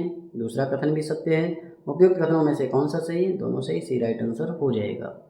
अब यहाँ पर देखिए 31 नंबर क्वेश्चन क्या है, निम्नलिखित पर्वत श्रेणियों को उत्तर से दक्षिण सही क्रम में व्यवस्थित कीजिए। काराकोरम श्रेणी है, लद्दाख श्रेणी है, जास्कर है, फिर पीर पंजाल है। देखिए पीर पंजाल आपको पता है, पीर पंजाल, धौलाधार, नाग टिब्बा, महाभारत, ये किसका पार्ट है? मध्य हिमालय का ही पार्ट है भाई। कुछ क्षेत्र जो आपका पड़ता है पश्चिम की तरफ उसे पीर पंजाल कहते हैं, फिर धौलाधार कहते हैं, फिर नाग टिब्बा, फिर महाभारत। तो पीर पंजाल किसका पार्ट है? मध्य हिमालय का पार्ट है। अब उत्तर से दक्षिण इसका सही क्रम क्या होगा भाई? काराकोरम पड़ता है, ठीक, ट्रांस हिमालय का पार्ट है, फिर लद्दाख पड़ता है, फिर जास्कर पड़ता है, फिर आपका पीर पंजाल पड़ेगा। पीर पंजाल किसका पार्ट है? मध्य हिमालय का। तो यहाँ पर सिस्टम यही भाई, जो भी आपका है एकदम सही है। 1 2 3 4 ए राइट आंसर हो जाएगा बस। 32 नंबर क्वेश्चन आप देखेंगे, निम्नलिखित कथनों पर विचार कीजिए। सह्याद्री की औसत ऊंचाई उत्तर से दक्षिण की ओर बढ़ती जाती है। केरल में स्थित अनाईमुडी शिखर दक्षिण भारत का सर्वोच्च पर्वत शिखर है। उपयुक्त कथनों में से कौन सा सही आपको बताना है। देखिए सह्याद्री के बारे में मैंने आपको ऑलरेडी बता रखा है भाई, जो आपका पश्चिमी घाट है उसे सह्याद्री नाम से जाना जाता है। उत्तरी सह्याद्री, दक्षिणी सह्याद्री 16 डिग्री से अलग होता है, ठीक। तो मामला क्या है कि यहाँ कहा गया कि जो सह्याद्री की औसत ऊंचाई है उत्तर से दक्षिण की ओर बढ़ती जाती है। तो एकदम जाहिर सी बात है कि भाई अनाईमुडी जो आपकी चोटी है अन्नामलाई श्रेणी पे पड़ती है, तो सबसे ऊंची चोटी है। तो इससे भी समझ सकते हैं भाई दक्षिण की तरफ बढ़ती जाती है, बस सिंपल सी बात है, क्योंकि सबसे ऊंची चोटी ही दक्षिण में है। तो पहला कथन पूरी तरीके से सत्य है। दूसरा कथन है कि अनाईमुडी शिखर जो है दक्षिण भारत का सर्वोच्च पर्वत शिखर है, तो ये भी कथन सही है, दूसरा भी सही है, मतलब 1 2 दोनों सही है, सी राइट आंसर हो जाएगा। 33 नंबर क्वेश्चन आप देखेंगे, नीचे 2 वक्तव्य दिए गए हैं, एक कथन ए है, दूसरा कारण आर है। कथन है कि शिलांग पठार एक स्वतंत्र पठार न होकर यह प्रायद्वीपीय भारत के पठार का भाग है। पहला कथन पूरी तरीके से सत्य है। जो भी आपका प्रायद्वीपीय भारत है ना, इसी का हिस्सा है क्या?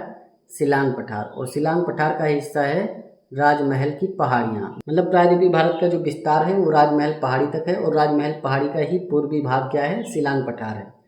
तो यहाँ पर पहला कथन सत्य है। दूसरा क्या है? शिलांग पठार राजमहल पहाड़ी का ही पूर्वी विस्तार है। दूसरा कथन भी सही है, कथन कारण दोनों सही हैं। तो यहाँ पर दोनों का रिलेशन भी बन रहा है, तो ए राइट आंसर हो जाएगा। 34 नंबर क्वेश्चन आप देखेंगे, निम्नलिखित में से कौन सी पर्वत श्रृंखला सबसे दक्षिण में स्थित है। देखिए कुद्रेमुख पहाड़ी जो पड़ती है ये आपके कर्नाटक में पड़ती है। कुद्रेमुख से पहले आपके चित्रदुर्ग की पहाड़ी पड़ेगी, फिर आपके बाबा बुदन की पहाड़ी पड़ती है, फिर आपकी कुद्रेमुख की पहाड़ी पड़ती है। ये तीनों पहाड़ियाँ कर्नाटक में पड़ती हैं। उसके बाद में नीलगिरी जो कि आपके पश्चिमी और पूर्वी घाटों का मिलन बिंदु है। तो नीलगिरी कर्नाटक, केरल, तमिलनाडु में पड़ता है, ठीक। तो ये फिलहाल आपके कुद्रेमुख के दक्षिण में ही पड़ेगी। तो आपका कुद्रेमुख के दक्षिण में नीलगिरी हो जाएगा। और उसके बाद में पालनी, पालनी के बाद में इलायची। तो सबसे दक्षिण में कौन है? इलायची, डी राइट आंसर हो जाएगा। 35 नंबर क्वेश्चन है कि सिंधु नदी प्रवाहित होती है। अभी मैंने बताया जो आपका काराकोरम है, लद्दाख है, फिर जास्कर है। तो लद्दाख और जास्कर के बीच में जो नदी बहती है उसे कहते हैं सिंधु नदी। जब आपकी सिंधु नदी जो है लद्दाख और जास्कर के मध्य प्रवेश करती है तो वहाँ पर बुंजी गार्ज का निर्माण करती है। बुंजी गार्ज, ये ध्यान रखना आप। तो यहाँ फिलहाल आपका राइट आंसर बी हो जाएगा। 36 नंबर क्वेश्चन आप देखेंगे, निम्नलिखित पर्वत श्रेणियों को पश्चिम से पूर्व सही क्रम में व्यवस्थित कीजिए। गारो पहाड़ी है, खासी पहाड़ी है, जयंतियाँ हैं, निखित पहाड़ी है। अब देखिए जो पश्चिम से पूर्व का मामला ये है कि भाई पश्चिम से चले और पूर्व की तरफ आए। पश्चिम से पूर्व जब आप चलते हैं तो सबसे पहले आपको मिलेंगी गारो पहाड़ियाँ, ठीक, गारो। गारो के बाद में आपको खासी पहाड़ियाँ इस जगह मिल जाएंगी, ठीक। खासी के बाद में आपको यहाँ पर जयंतियाँ मिल जाएंगी, ये मेघालय के पठार पे ही मिलती हैं। उसके बाद में इधर आपको ऊपर मिलेंगी मिकिर पहाड़ियाँ असम वाले क्षेत्र में। तो ये क्या हो जाएगा? गारो, खासी, जयंतियाँ, फिर मिकिर पहाड़ी। तो 1 2 3 4 राइट आंसर हो जाएगा, मतलब ए ही सही बस। 37 नंबर क्वेश्चन आप देखेंगे, सूची 1 है, सूची 2 है। यहाँ पर जो है आपको मिलान करना है भाई, कौन सा हिमालय किस नदी के मध्य आता है। ये सारी चीज़ें मैंने आपको ऑलरेडी बता रखी हैं। देखिए जो पहला कथन है कि भाई पंजाब हिमालय, तो ये पंजाब हिमालय और दिहांग के बीच, ये गलत हो जाएगा। दिहांग के बीच यहाँ पर, तिस्ता और दिहांग के बीच, ये यहाँ पर होगा, ठीक, दिहांग के बीच। तो ये यहाँ गलत मिसप्रिंट है। तो पंजाब हिमालय मैंने आपको बताया, पंजाब हिमालय जो पड़ता है या कश्मीर हिमालय कह लो, ये आपकी क्या है, सिंधु नदी है, ठीक, सिंधु, और ये आपकी सतलज नदी है। तो सिंधु सतलज के बीच में जो नदी बढ़िया तरीके से बहती है उसे कहते हैं हम पंजाब हिमालय या कश्मीर हिमालय। फिर सतलज और काली के बीच में जो हिमालय है उसे हम कहते हैं कुमायूं हिमालय, ठीक, कैसे कह लीजिए। और ये आपका पंजाब हिमालय या कश्मीर हिमालय। सतलज और काली नदी के मध्य जो है वो आपका है कुमायूं हिमालय। तो ये क्या हो जाएगा, बी का दूसरा। नेपाल हिमालय जो है काली और तिस्ता के मध्य, असम हिमालय तिस्ता दिहांग के मध्य।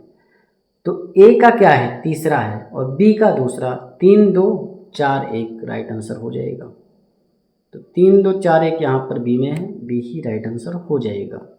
देखिए 38 नंबर क्वेश्चन आप देखेंगे, निम्नलिखित कथनों पर विचार कीजिए। पहला कथन है कि गंगा का मैदान हिमालय से लाए गए जलोढ़ निक्षेपों से निर्मित है। तो एकदम सही बात है, जो गंगा का मैदान है, जो हिमालय से जलोढ़ निक्षेप आता है, मृदा आती है, बहुत ज़्यादा अवसाद आते हैं, तो उन्हीं से गंगा का मैदान बना है, जो उत्तर भारत का मैदान मान लीजिए, तो इसीलिए उपजाऊ मैदान भी माना जाता है। दूसरा कथन है कि हिमालय साइबेरियाई शीतल वायु राशियों को रोककर भारतीय उपमहाद्वीपों को जाड़ों में अधिक ठंडा होने से बचाता है। उपयुक्त कथनों में से कौन सा सही है? देखिए पहला कथन पूरी तरीके से सत्य है। दूसरा कथन है कि हिमालय इस तरीके से खड़ा है और यूरेशिया से चलती हैं, साइबेरिया से चलती हैं शीतल, यूरेशिया कह लो, साइबेरिया कह लो, तो वहाँ से बहुत ठंडी ठंडी हवाएं चलती हैं। तो आपको भी पता है 23.5 डिग्री के उधर जो माना जाता है क्या माना जाता है, शीतोष्ण माना जाता है, मतलब शीत वाला सिस्टम माना जाता है। अगर हिमालय ना होता तो जो उत्तर प्रदेश मध्य प्रदेश में रहने वाले लोग हैं या दिल्ली में रहने वाले लोग हैं, तो जो बढ़िया एक हल्के से टी शर्ट वगैरह में घूमते हैं ना, बिल्कुल भी नहीं घूम पाते आप लोग। इतनी ठंडी लगती, इतनी ठंडी लगती कि लगता कि भाई हम भी यूरोप में हैं, ये वाली फीलिंग आती। जाहिर की बात है हिमालय, इसलिए भारत क्या है, उष्णकटिबंधीय मानसून वाला देश कहा जाता है। जबकि आपको पता है डिग्री से 37 डिग्री तक भारत का विस्तार है, तो शीतोष्ण क्षेत्र भी आता है इसमें, तो हिमालय की वजह से नहीं आता। तो ये दूसरा कथन भी सही है, मतलब 1 2 दोनों सही, सी राइट आंसर हो जाएगा। देखिए अगला क्वेश्चन करें, उससे पहले पलानी हिल्स के बारे में जान लीजिए। पलानी हिल्स आपकी यहाँ पे पड़ती है, उसके बाद में वर्सुनाड हिल्स पड़ती है। तो पलानी पहाड़ी जो है ये भारत के तमिलनाडु राज्य में स्थित एक पर्वतमाला है। यह पश्चिमी घाट का एक पूर्वी विस्तार है, मतलब पश्चिमी घाट से जो ये आई है ना, तो ये इसी का एक पूर्वी विस्तार है इस तरीके से। और उसके बाद में वर्सुनाड हिल्स पड़ता है। पलानी के पहले सिरोमलाई पड़ती है, पंचमलाई, सेवराय, जवाती, नागरी, पालकोंडा। 39 नंबर क्वेश्चन आप देखेंगे। पलानी हिल्स के संदर्भ में निम्नलिखित कथनों पर विचार कीजिए। पहला कथन है भारत के महाराष्ट्र राज्य में स्थित एक पर्वतमाला है। दूसरा है यह पश्चिमी घाट का एक पूर्वी विस्तार है जो भारत के पश्चिमी तट से समांतर चलता है। उपयुक्त कथनों में से कौन सा सही है आपको बताना है। देखिए पहला कथन पूरी तरीके से गलत है, क्योंकि आपको भी पता पलानी हिल्स कहाँ पे पड़ती है, तमिलनाडु में, तो पहला कथन गलत हो जाएगा। दूसरा कथन है कि पश्चिमी घाट का पूर्वी विस्तार है, तो ये एकदम सही है। तो यहाँ पर केवल 2 सही है, बी राइट आंसर हो जाएगा। देखिए घाटों का क्रम भी देख लीजिए भाई। हरिश्चंद्र पहाड़ी के जो दक्षिण में पड़ता है थाल घाट पड़ता है, और थाल घाट के दक्षिण में भोर घाट, फिर आपका पाल घाट यहाँ पे पड़ता है, फिर आपका सेनकोट्टा घाट पड़ता है। तो ये सारी चीज़ें आप ध्यान रखेंगे। 40 नंबर क्वेश्चन आप देखेंगे। प्रायद्वीपीय भारत के निम्नलिखित दर्रों का उत्तर से दक्षिण सही क्रम क्या है? थाल घाट, पाल घाट, भोर घाट, सेनकोट्टा, ये गलत हो जाएगा। थाल घाट के बाद में आपका क्या पड़ेगा, भोर घाट, और भोर घाट के बाद में पाल घाट, फिर सेनकोट्टा, डी राइट आंसर हो जाएगा। देखिए अगला क्वेश्चन करें, उससे पहले थोड़ी जानकारी आप जान लीजिए। भारत को 8 वनस्पति क्षेत्रों में बांटा गया है। पहला आपका है पश्चिमी हिमालयी क्षेत्र, दूसरा आपका है पूर्वी हिमालयी क्षेत्र, तीसरा है पूर्वोत्तर क्षेत्र, चौथा आपका है गंगा मैदानी क्षेत्र, पांचवा सिंधु मैदान क्षेत्र, और आपका छठा है पूर्वी घाट, और सातवां है पश्चिमी घाट, और आठवां है अंडमान निकोबार द्वीप समूह। तो टोटल जो है 8 आपके वनस्पति क्षेत्रों में इसे बांटा गया है। देखिए अगर बात करें भौतिक आकृति की भिन्नता के आधार पे, तो उत्तरी मैदान को 4 पार्ट में डिवाइड किया गया है। कौन कौन से ये पार्ट हैं ये आप समझिए। पहला आपका है क्या, पहला है आपका भाभर क्षेत्र, दूसरा है आपका तराई क्षेत्र, ठीक, तीसरा है आपका बांगर क्षेत्र, और चौथा है आपका खादर क्षेत्र। तो भाबर, तराई, बांगर, खादर, इन 4 भागों में उत्तर भारत को या उत्तरी मैदान को भौतिक आकृति की भिन्नता के आधार पर बांटा गया है। अब भाबर क्या होता है इसके बारे में आप समझिए। देखिए भाबर का मतलब क्या है। भाबर, जो भाबर क्षेत्र है ये आपके शिवालिक जो श्रेणी है उसका गिरिपाद है। आपका शिवालिक श्रेणी यहाँ पे पड़ता है तो उसका गिरिपाद है। और सिंधु नदी से लेकर के जो आपकी तीस्ता नदी है वहाँ तक ये क्षेत्र आपका है। 8 से 16 किलोमीटर की चौड़ाई है इसकी। जो भाबर क्षेत्र की चौड़ाई है 8 से 16 किलोमीटर है। और सिंधु नदी से जो लेकर के आपके तीस्ता नदी तक है। और शिवालिक का गिरिपाद है, मतलब नीचे का क्षेत्र है। नदियाँ आपको पता है ग्लेशियर से निकलती हैं, गंगोत्री यमुनोत्री से गंगा यमुना नदी निकलती है और बहुत सारी नदियाँ निकलती हैं बृहत हिमालय से। तो जब मध्य हिमालय में प्रवेश करती है, मध्य हिमालय के बाद में शिवालिक में प्रवेश करती है तो ढाल काफ़ी कम हो जाता है। नदियाँ जो है ढाल में अचानक कमी आने के कारण जो कंकड़ बजरी गोलास इत्यादि सारी चीज़ें लाती हैं यहाँ पर जमा कर देती हैं 8 से 16 किलोमीटर के क्षेत्र में। इसी को कहा जाता है भाबर क्षेत्र। क्या कहते हैं? भाबर क्षेत्र।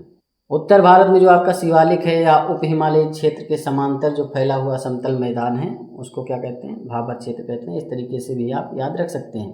कंकड़ पत्थर बजरी बहुत सारी चीज़ें यहाँ पर होती छोटी छोटी, ठीक। तो जो बृहत हिमालय से नदियाँ निकलती हैं मध्य हिमालय से आकर के इसमें प्रवेश करती हैं तो इसमें वो नदियाँ विलीन हो जाती हैं। तो कभी क्वेश्चन में आ जाए भाई नदियाँ कहाँ विलीन होती हैं, तो जो शिवालिक श्रेणी का गिरिपाद है 8 से 16 किलोमीटर का मैदान है, भाबर क्षेत्र जिसे कहा जाता है, वहाँ कंकड़ पत्थर बजरी होती हैं, उन्हीं में नदियाँ विलीन हो जाती हैं। जो भी आपका भाबर क्षेत्र है क्योंकि यहाँ सब कंकड़ पत्थर है इसीलिए ये जो है कृषि कार्य के लिए अनुकूल नहीं है। जब भाबर के दक्षिण में आप देखेंगे, ठीक, तो यहाँ से जो है नदियाँ फिर निकलती हैं, ठीक। यहाँ गायब हो गई और जो है यहाँ पर नदियाँ निकलने लगती हैं क्योंकि यहाँ पर वर्षा की अधिकता होती है तो दलदली क्षेत्र बन जाता है। और जो आपका ये क्षेत्र कहा जाता है इसे कहा जाता है तराई क्षेत्र। क्या कहते हैं? तराई क्षेत्र।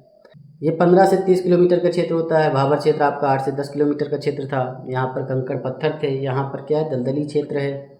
जो आपका तराई क्षेत्र है वो पश्चिम से ज़्यादा पूर्व की ओर विस्तारित है क्योंकि जो पूर्व की तरफ वर्षा है ज़्यादा होती है, पश्चिम की तरफ उतनी वर्षा नहीं होती है। यहाँ पर क्योंकि नमी होती है और जल उपलब्धता होती है तो यहाँ पर सघन वन जैव विविधता ये सारी चीज़ें मिलती हैं। कृषि कार्य के लिए जो भूमि होती है यहाँ पर काफ़ी मात्रा में पाई जाती हैं। अब जो ये आपका उत्तरी मैदान है यहीं पर बांगर का क्षेत्र मिलता है, ठीक, बांगर का, और साथ में जो है खादर का क्षेत्र मिलता है। अब बांगर क्या होता है? तो बांगर जो होता है उत्तरी मैदान का सबसे विशालतम भाग है और यहाँ पर पुरानी जलोढ़ मृदा देखने को मिलती है।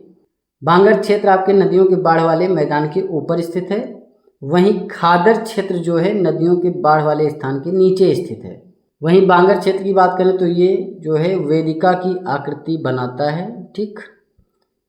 देखिए यहाँ पर सारी चीज़ें आप पढ़ भी सकते हैं। मैदान के अपेक्षाकृत ऊंचे भाग को बांगर कहते हैं, मतलब जो मैदान होता है उसका जो ऊंचा भाग होता है उसे बांगर कहा जाता है। वहाँ नदियाँ अपना जल लेकर नहीं पहुँच पाती हैं और जब जल लेकर नहीं पहुँच पाती तो अपना अवसाद लेकर भी नहीं पहुँच पाती, और जब अवसाद लेकर नहीं पहुँच पाती तो वो जो आपका मैदान होता है बांगर क्षेत्र वो उपजाऊ नहीं होता है।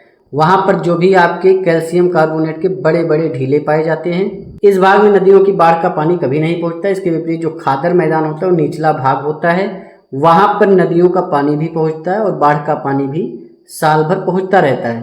पंजाब में खादर का जो क्षेत्र है उसे बेट कहा जाता है। बांगर में जो मृदा होती है पुरानी जलोढ़ मृदा होती है, खादर में नवीन जलोढ़ मृदा पाई जाती है। वहीं ये चीज़ भी ध्यान रखें भाई, पंजाब हरियाणा उत्तर प्रदेश में जो शिवालिक श्रेणी है आपकी उसके साथ साथ 10 से 15 किलोमीटर का जो क्षेत्र है वो आपका भाबर क्षेत्र कहलाता है। नदियाँ आकर के वहाँ पर विलीन हो जाती हैं, उसके बाद में तराई क्षेत्र में पुनः निकलती हैं। क्यों? क्योंकि यहाँ पर बड़े बड़े पत्थर होते हैं, कंकड़ होते हैं, तो इनमें नदियाँ विलीन हो जाती हैं। जो ये आपकी पट्टी होती है भाबर क्षेत्र की कंकरीली बलुई मिट्टी से बनी होती है।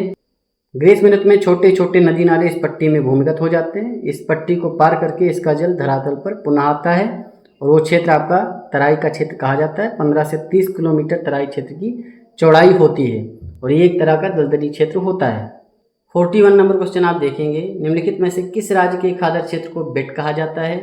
देखिए खादर क्षेत्र ऐसा क्षेत्र होता है जहाँ पर नदी का पानी आराम से पहुँचता है और नदी जो अवक्षेप लेकर जाती है वहाँ पर जो है मृदा काफ़ी ज़्यादा उपजाऊ मानी जाती है और इसीलिए खादर क्षेत्र में जो मृदा पाई जाती है नवीन जलोढ़ मृदा कही जाती है। वहीं बांगर में पुरानी जलोढ़ मृदा होती है जो कि कैल्शियम कार्बोनेट के ढीले होते हैं।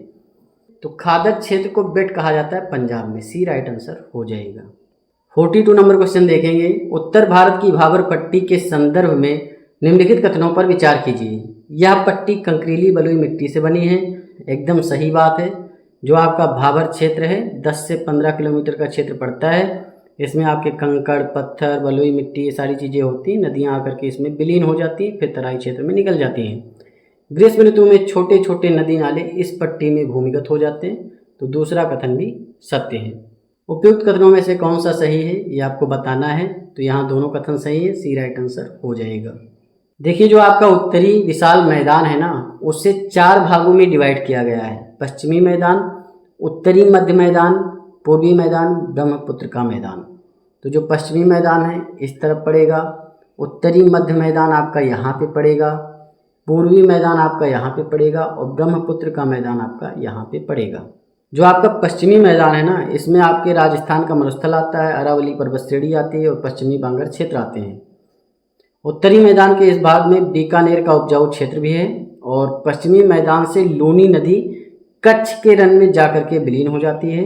सांभर नाम के खारे पानी की प्रसिद्ध झील इसी में है। 43 नंबर क्वेश्चन आप देखेंगे। उत्तरी विशाल मैदान के इस क्षेत्र में राजस्थान का मरुस्थल तथा अरावली पर्वत श्रेणी का पश्चिमी बांगर क्षेत्र सम्मिलित है। इस क्षेत्र में लूनी नदी भी प्रवाहित होती है। उपयुक्त विवरण है। तो मैंने अभी आपको बताया, जो आपका उत्तरी विशाल मैदान है उसे 4 पार्ट में डिवाइड किया गया है। पश्चिमी मैदान, उत्तर मध्य मैदान, पूर्वी मैदान और ब्रह्मपुत्र का मैदान। तो यहाँ पर जो क्वेश्चन में बात की गई है आपके पश्चिमी मैदान की बात की गई है, ए राइट आंसर हो जाएगा। देखिए, जो आपका उत्तरी मैदान है उसमें ब्रह्मपुत्र का मैदान भी एक पार्ट है। भारतीय विशाल मैदान का उत्तर पूर्वी भाग असम में विस्तृत है। यह मैदान ब्रह्मपुत्र और उसकी सहायक नदियों द्वारा बहाकर लाई गई मिट्टी से बना है। ब्रह्मपुत्र की नदी में अक्सर भयंकर बाढ़ देखने को मिलती है और बाढ़ के समय विशाल जलराशि, मतलब बहुत ज़्यादा जो है पानी दूर दूर तक फैल जाता है। बाढ़ के बाद नदी अपनी धारा भी बदल देती है। क्योंकि अपनी जलधारा बदलती रहती है तो इसी से अनेक द्वीप भी बन गए हैं। ब्रह्मपुत्र की धारा से बना जो माजुली द्वीप है 1250 वर्ग किलोमीटर के क्षेत्र में फैला है। ये द्वीप संसार का सबसे बड़ा नदी द्वीप है। ठीक, ये चीज़ आप ध्यान रखेंगे। यह मैदानी भाग में बहुत ही उपजाऊ है और यह मैदानी भाग 3 ओर से पहाड़ियों से घिरा है। ठीक, गंगा और ब्रह्मपुत्र तथा उनकी सहायक नदियों के द्वारा संयुक्त रूप से बनाए गए मैदान और डेल्टा प्रदेश बांग्लादेश में स्थित हैं। 44 नंबर क्वेश्चन आप देखेंगे कि देश देश की धारा में बना माजुली द्वीप संसार का सबसे बड़ा नदी द्वीप है। तो ये ब्रह्मपुत्र नदी के द्वारा बनाया गया है, सी राइट आंसर हो जाएगा। 45 नंबर क्वेश्चन आप देखेंगे कि निम्नलिखित में से किस उच्चावच का भारत के सर्वाधिक क्षेत्र पर विस्तार है। देखिए, मैंने ऑलरेडी आपको पिछले लेक्चर में बता रखा है।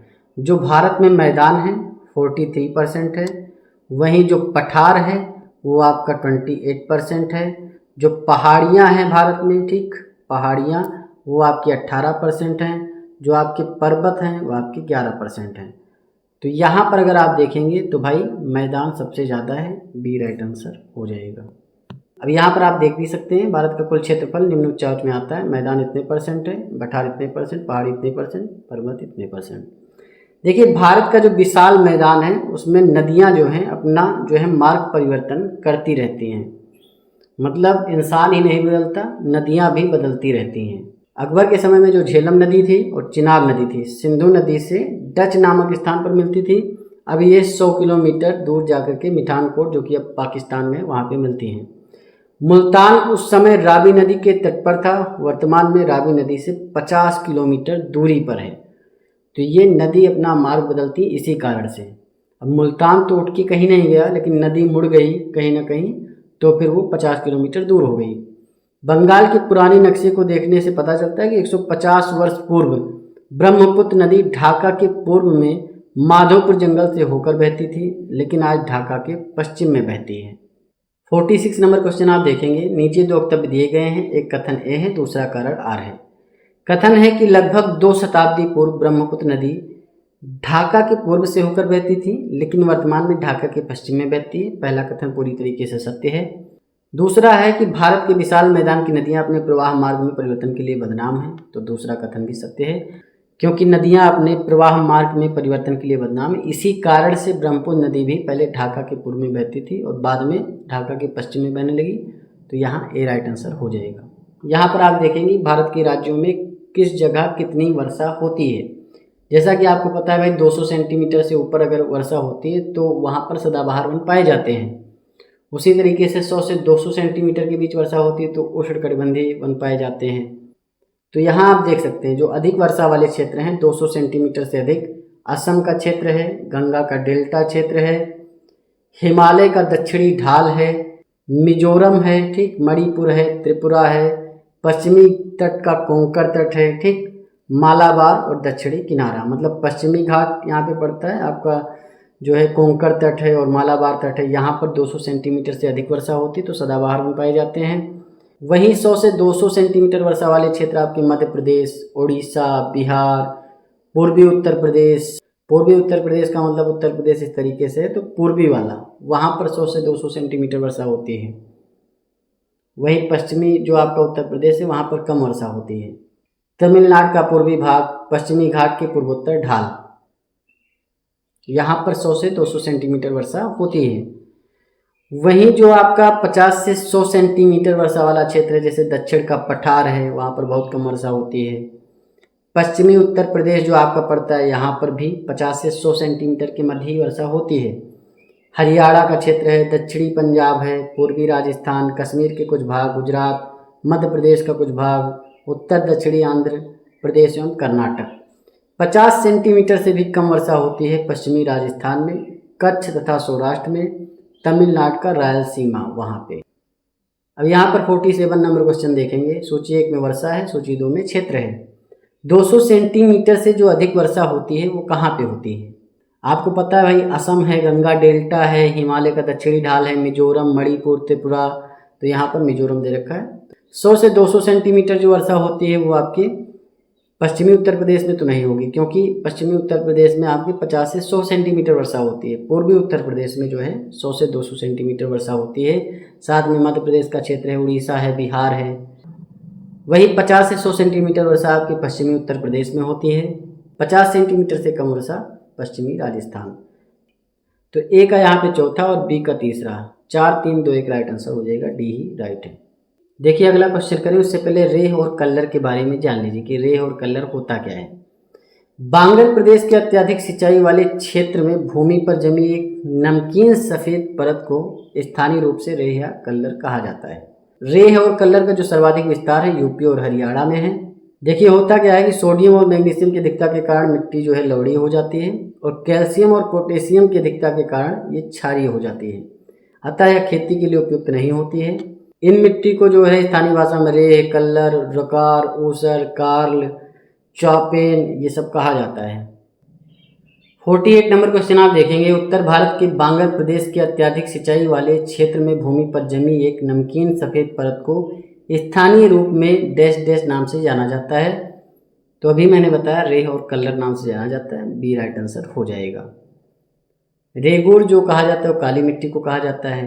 बेट आपको पता है भाई जो पंजाब का खादर वाला क्षेत्र होता है उसे बेट कहा जाता है। 49 नंबर क्वेश्चन आप देखेंगे। निम्नलिखित में से कौन सा शहर पूर्वी तटीय मैदान में स्थित है? देखिए आपको पता है ये आपका पूरब है, ये आपका पश्चिम है। तो पूरब में आपको पता है भाई जो पड़ता है कि पूरब में विशाखापट्टनम है, आंध्र प्रदेश में पड़ेगा तो ये पूरब में पड़ेगा। वहीं आपका चेन्नई है, तमिलनाडु के पास पड़ता है तो ये भी आपका पूरब में है। कोच्चि आपका केरल में पड़ता है जो कि पश्चिम में है। तो 2 और 3 आपका पूर्वी तटीय मैदान पे स्थित है, तो यहाँ पर सी राइट आंसर हो जाएगा। 50 नंबर क्वेश्चन आप देखेंगे। मालाबार तट का अधिकांश भाग किस राज्य के अंतर्गत आता है? देखिए होता क्या है कि भाई जो पश्चिमी घाट है यहाँ पर आपको कोंकण तट देखने को मिलेगा, साथ में मालाबार तट देखने को मिलेगा। मंगलोर से लेकर के, मंगलोर आपका कर्नाटक में पड़ता है, ठीक, मंगलोर से लेकर के कन्याकुमारी तक, तमिलनाडु का जो कन्याकुमारी है वहाँ तक जो क्षेत्र है वो आपका मालाबार तट है, ठीक, मालाबार तट।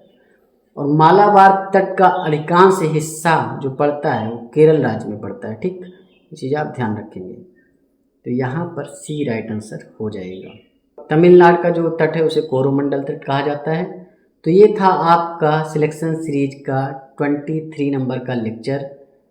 इस लेक्चर की पीडीएफ हम टेलीग्राम पे प्रोवाइड करवाएंगे। टेलीग्राम चैनल का लिंक डिस्क्रिप्शन में है, उसे ज़रूर ज्वाइन कर लीजिए। मन लगा के पढ़ाई करते रहिए। चैनल को सब्सक्राइब करिए, वीडियो को लाइक करिए, शेयर करिए। मिलते हैं नेक्स्ट वीडियो में। धन्यवाद, थैंक यू, शुक्रिया।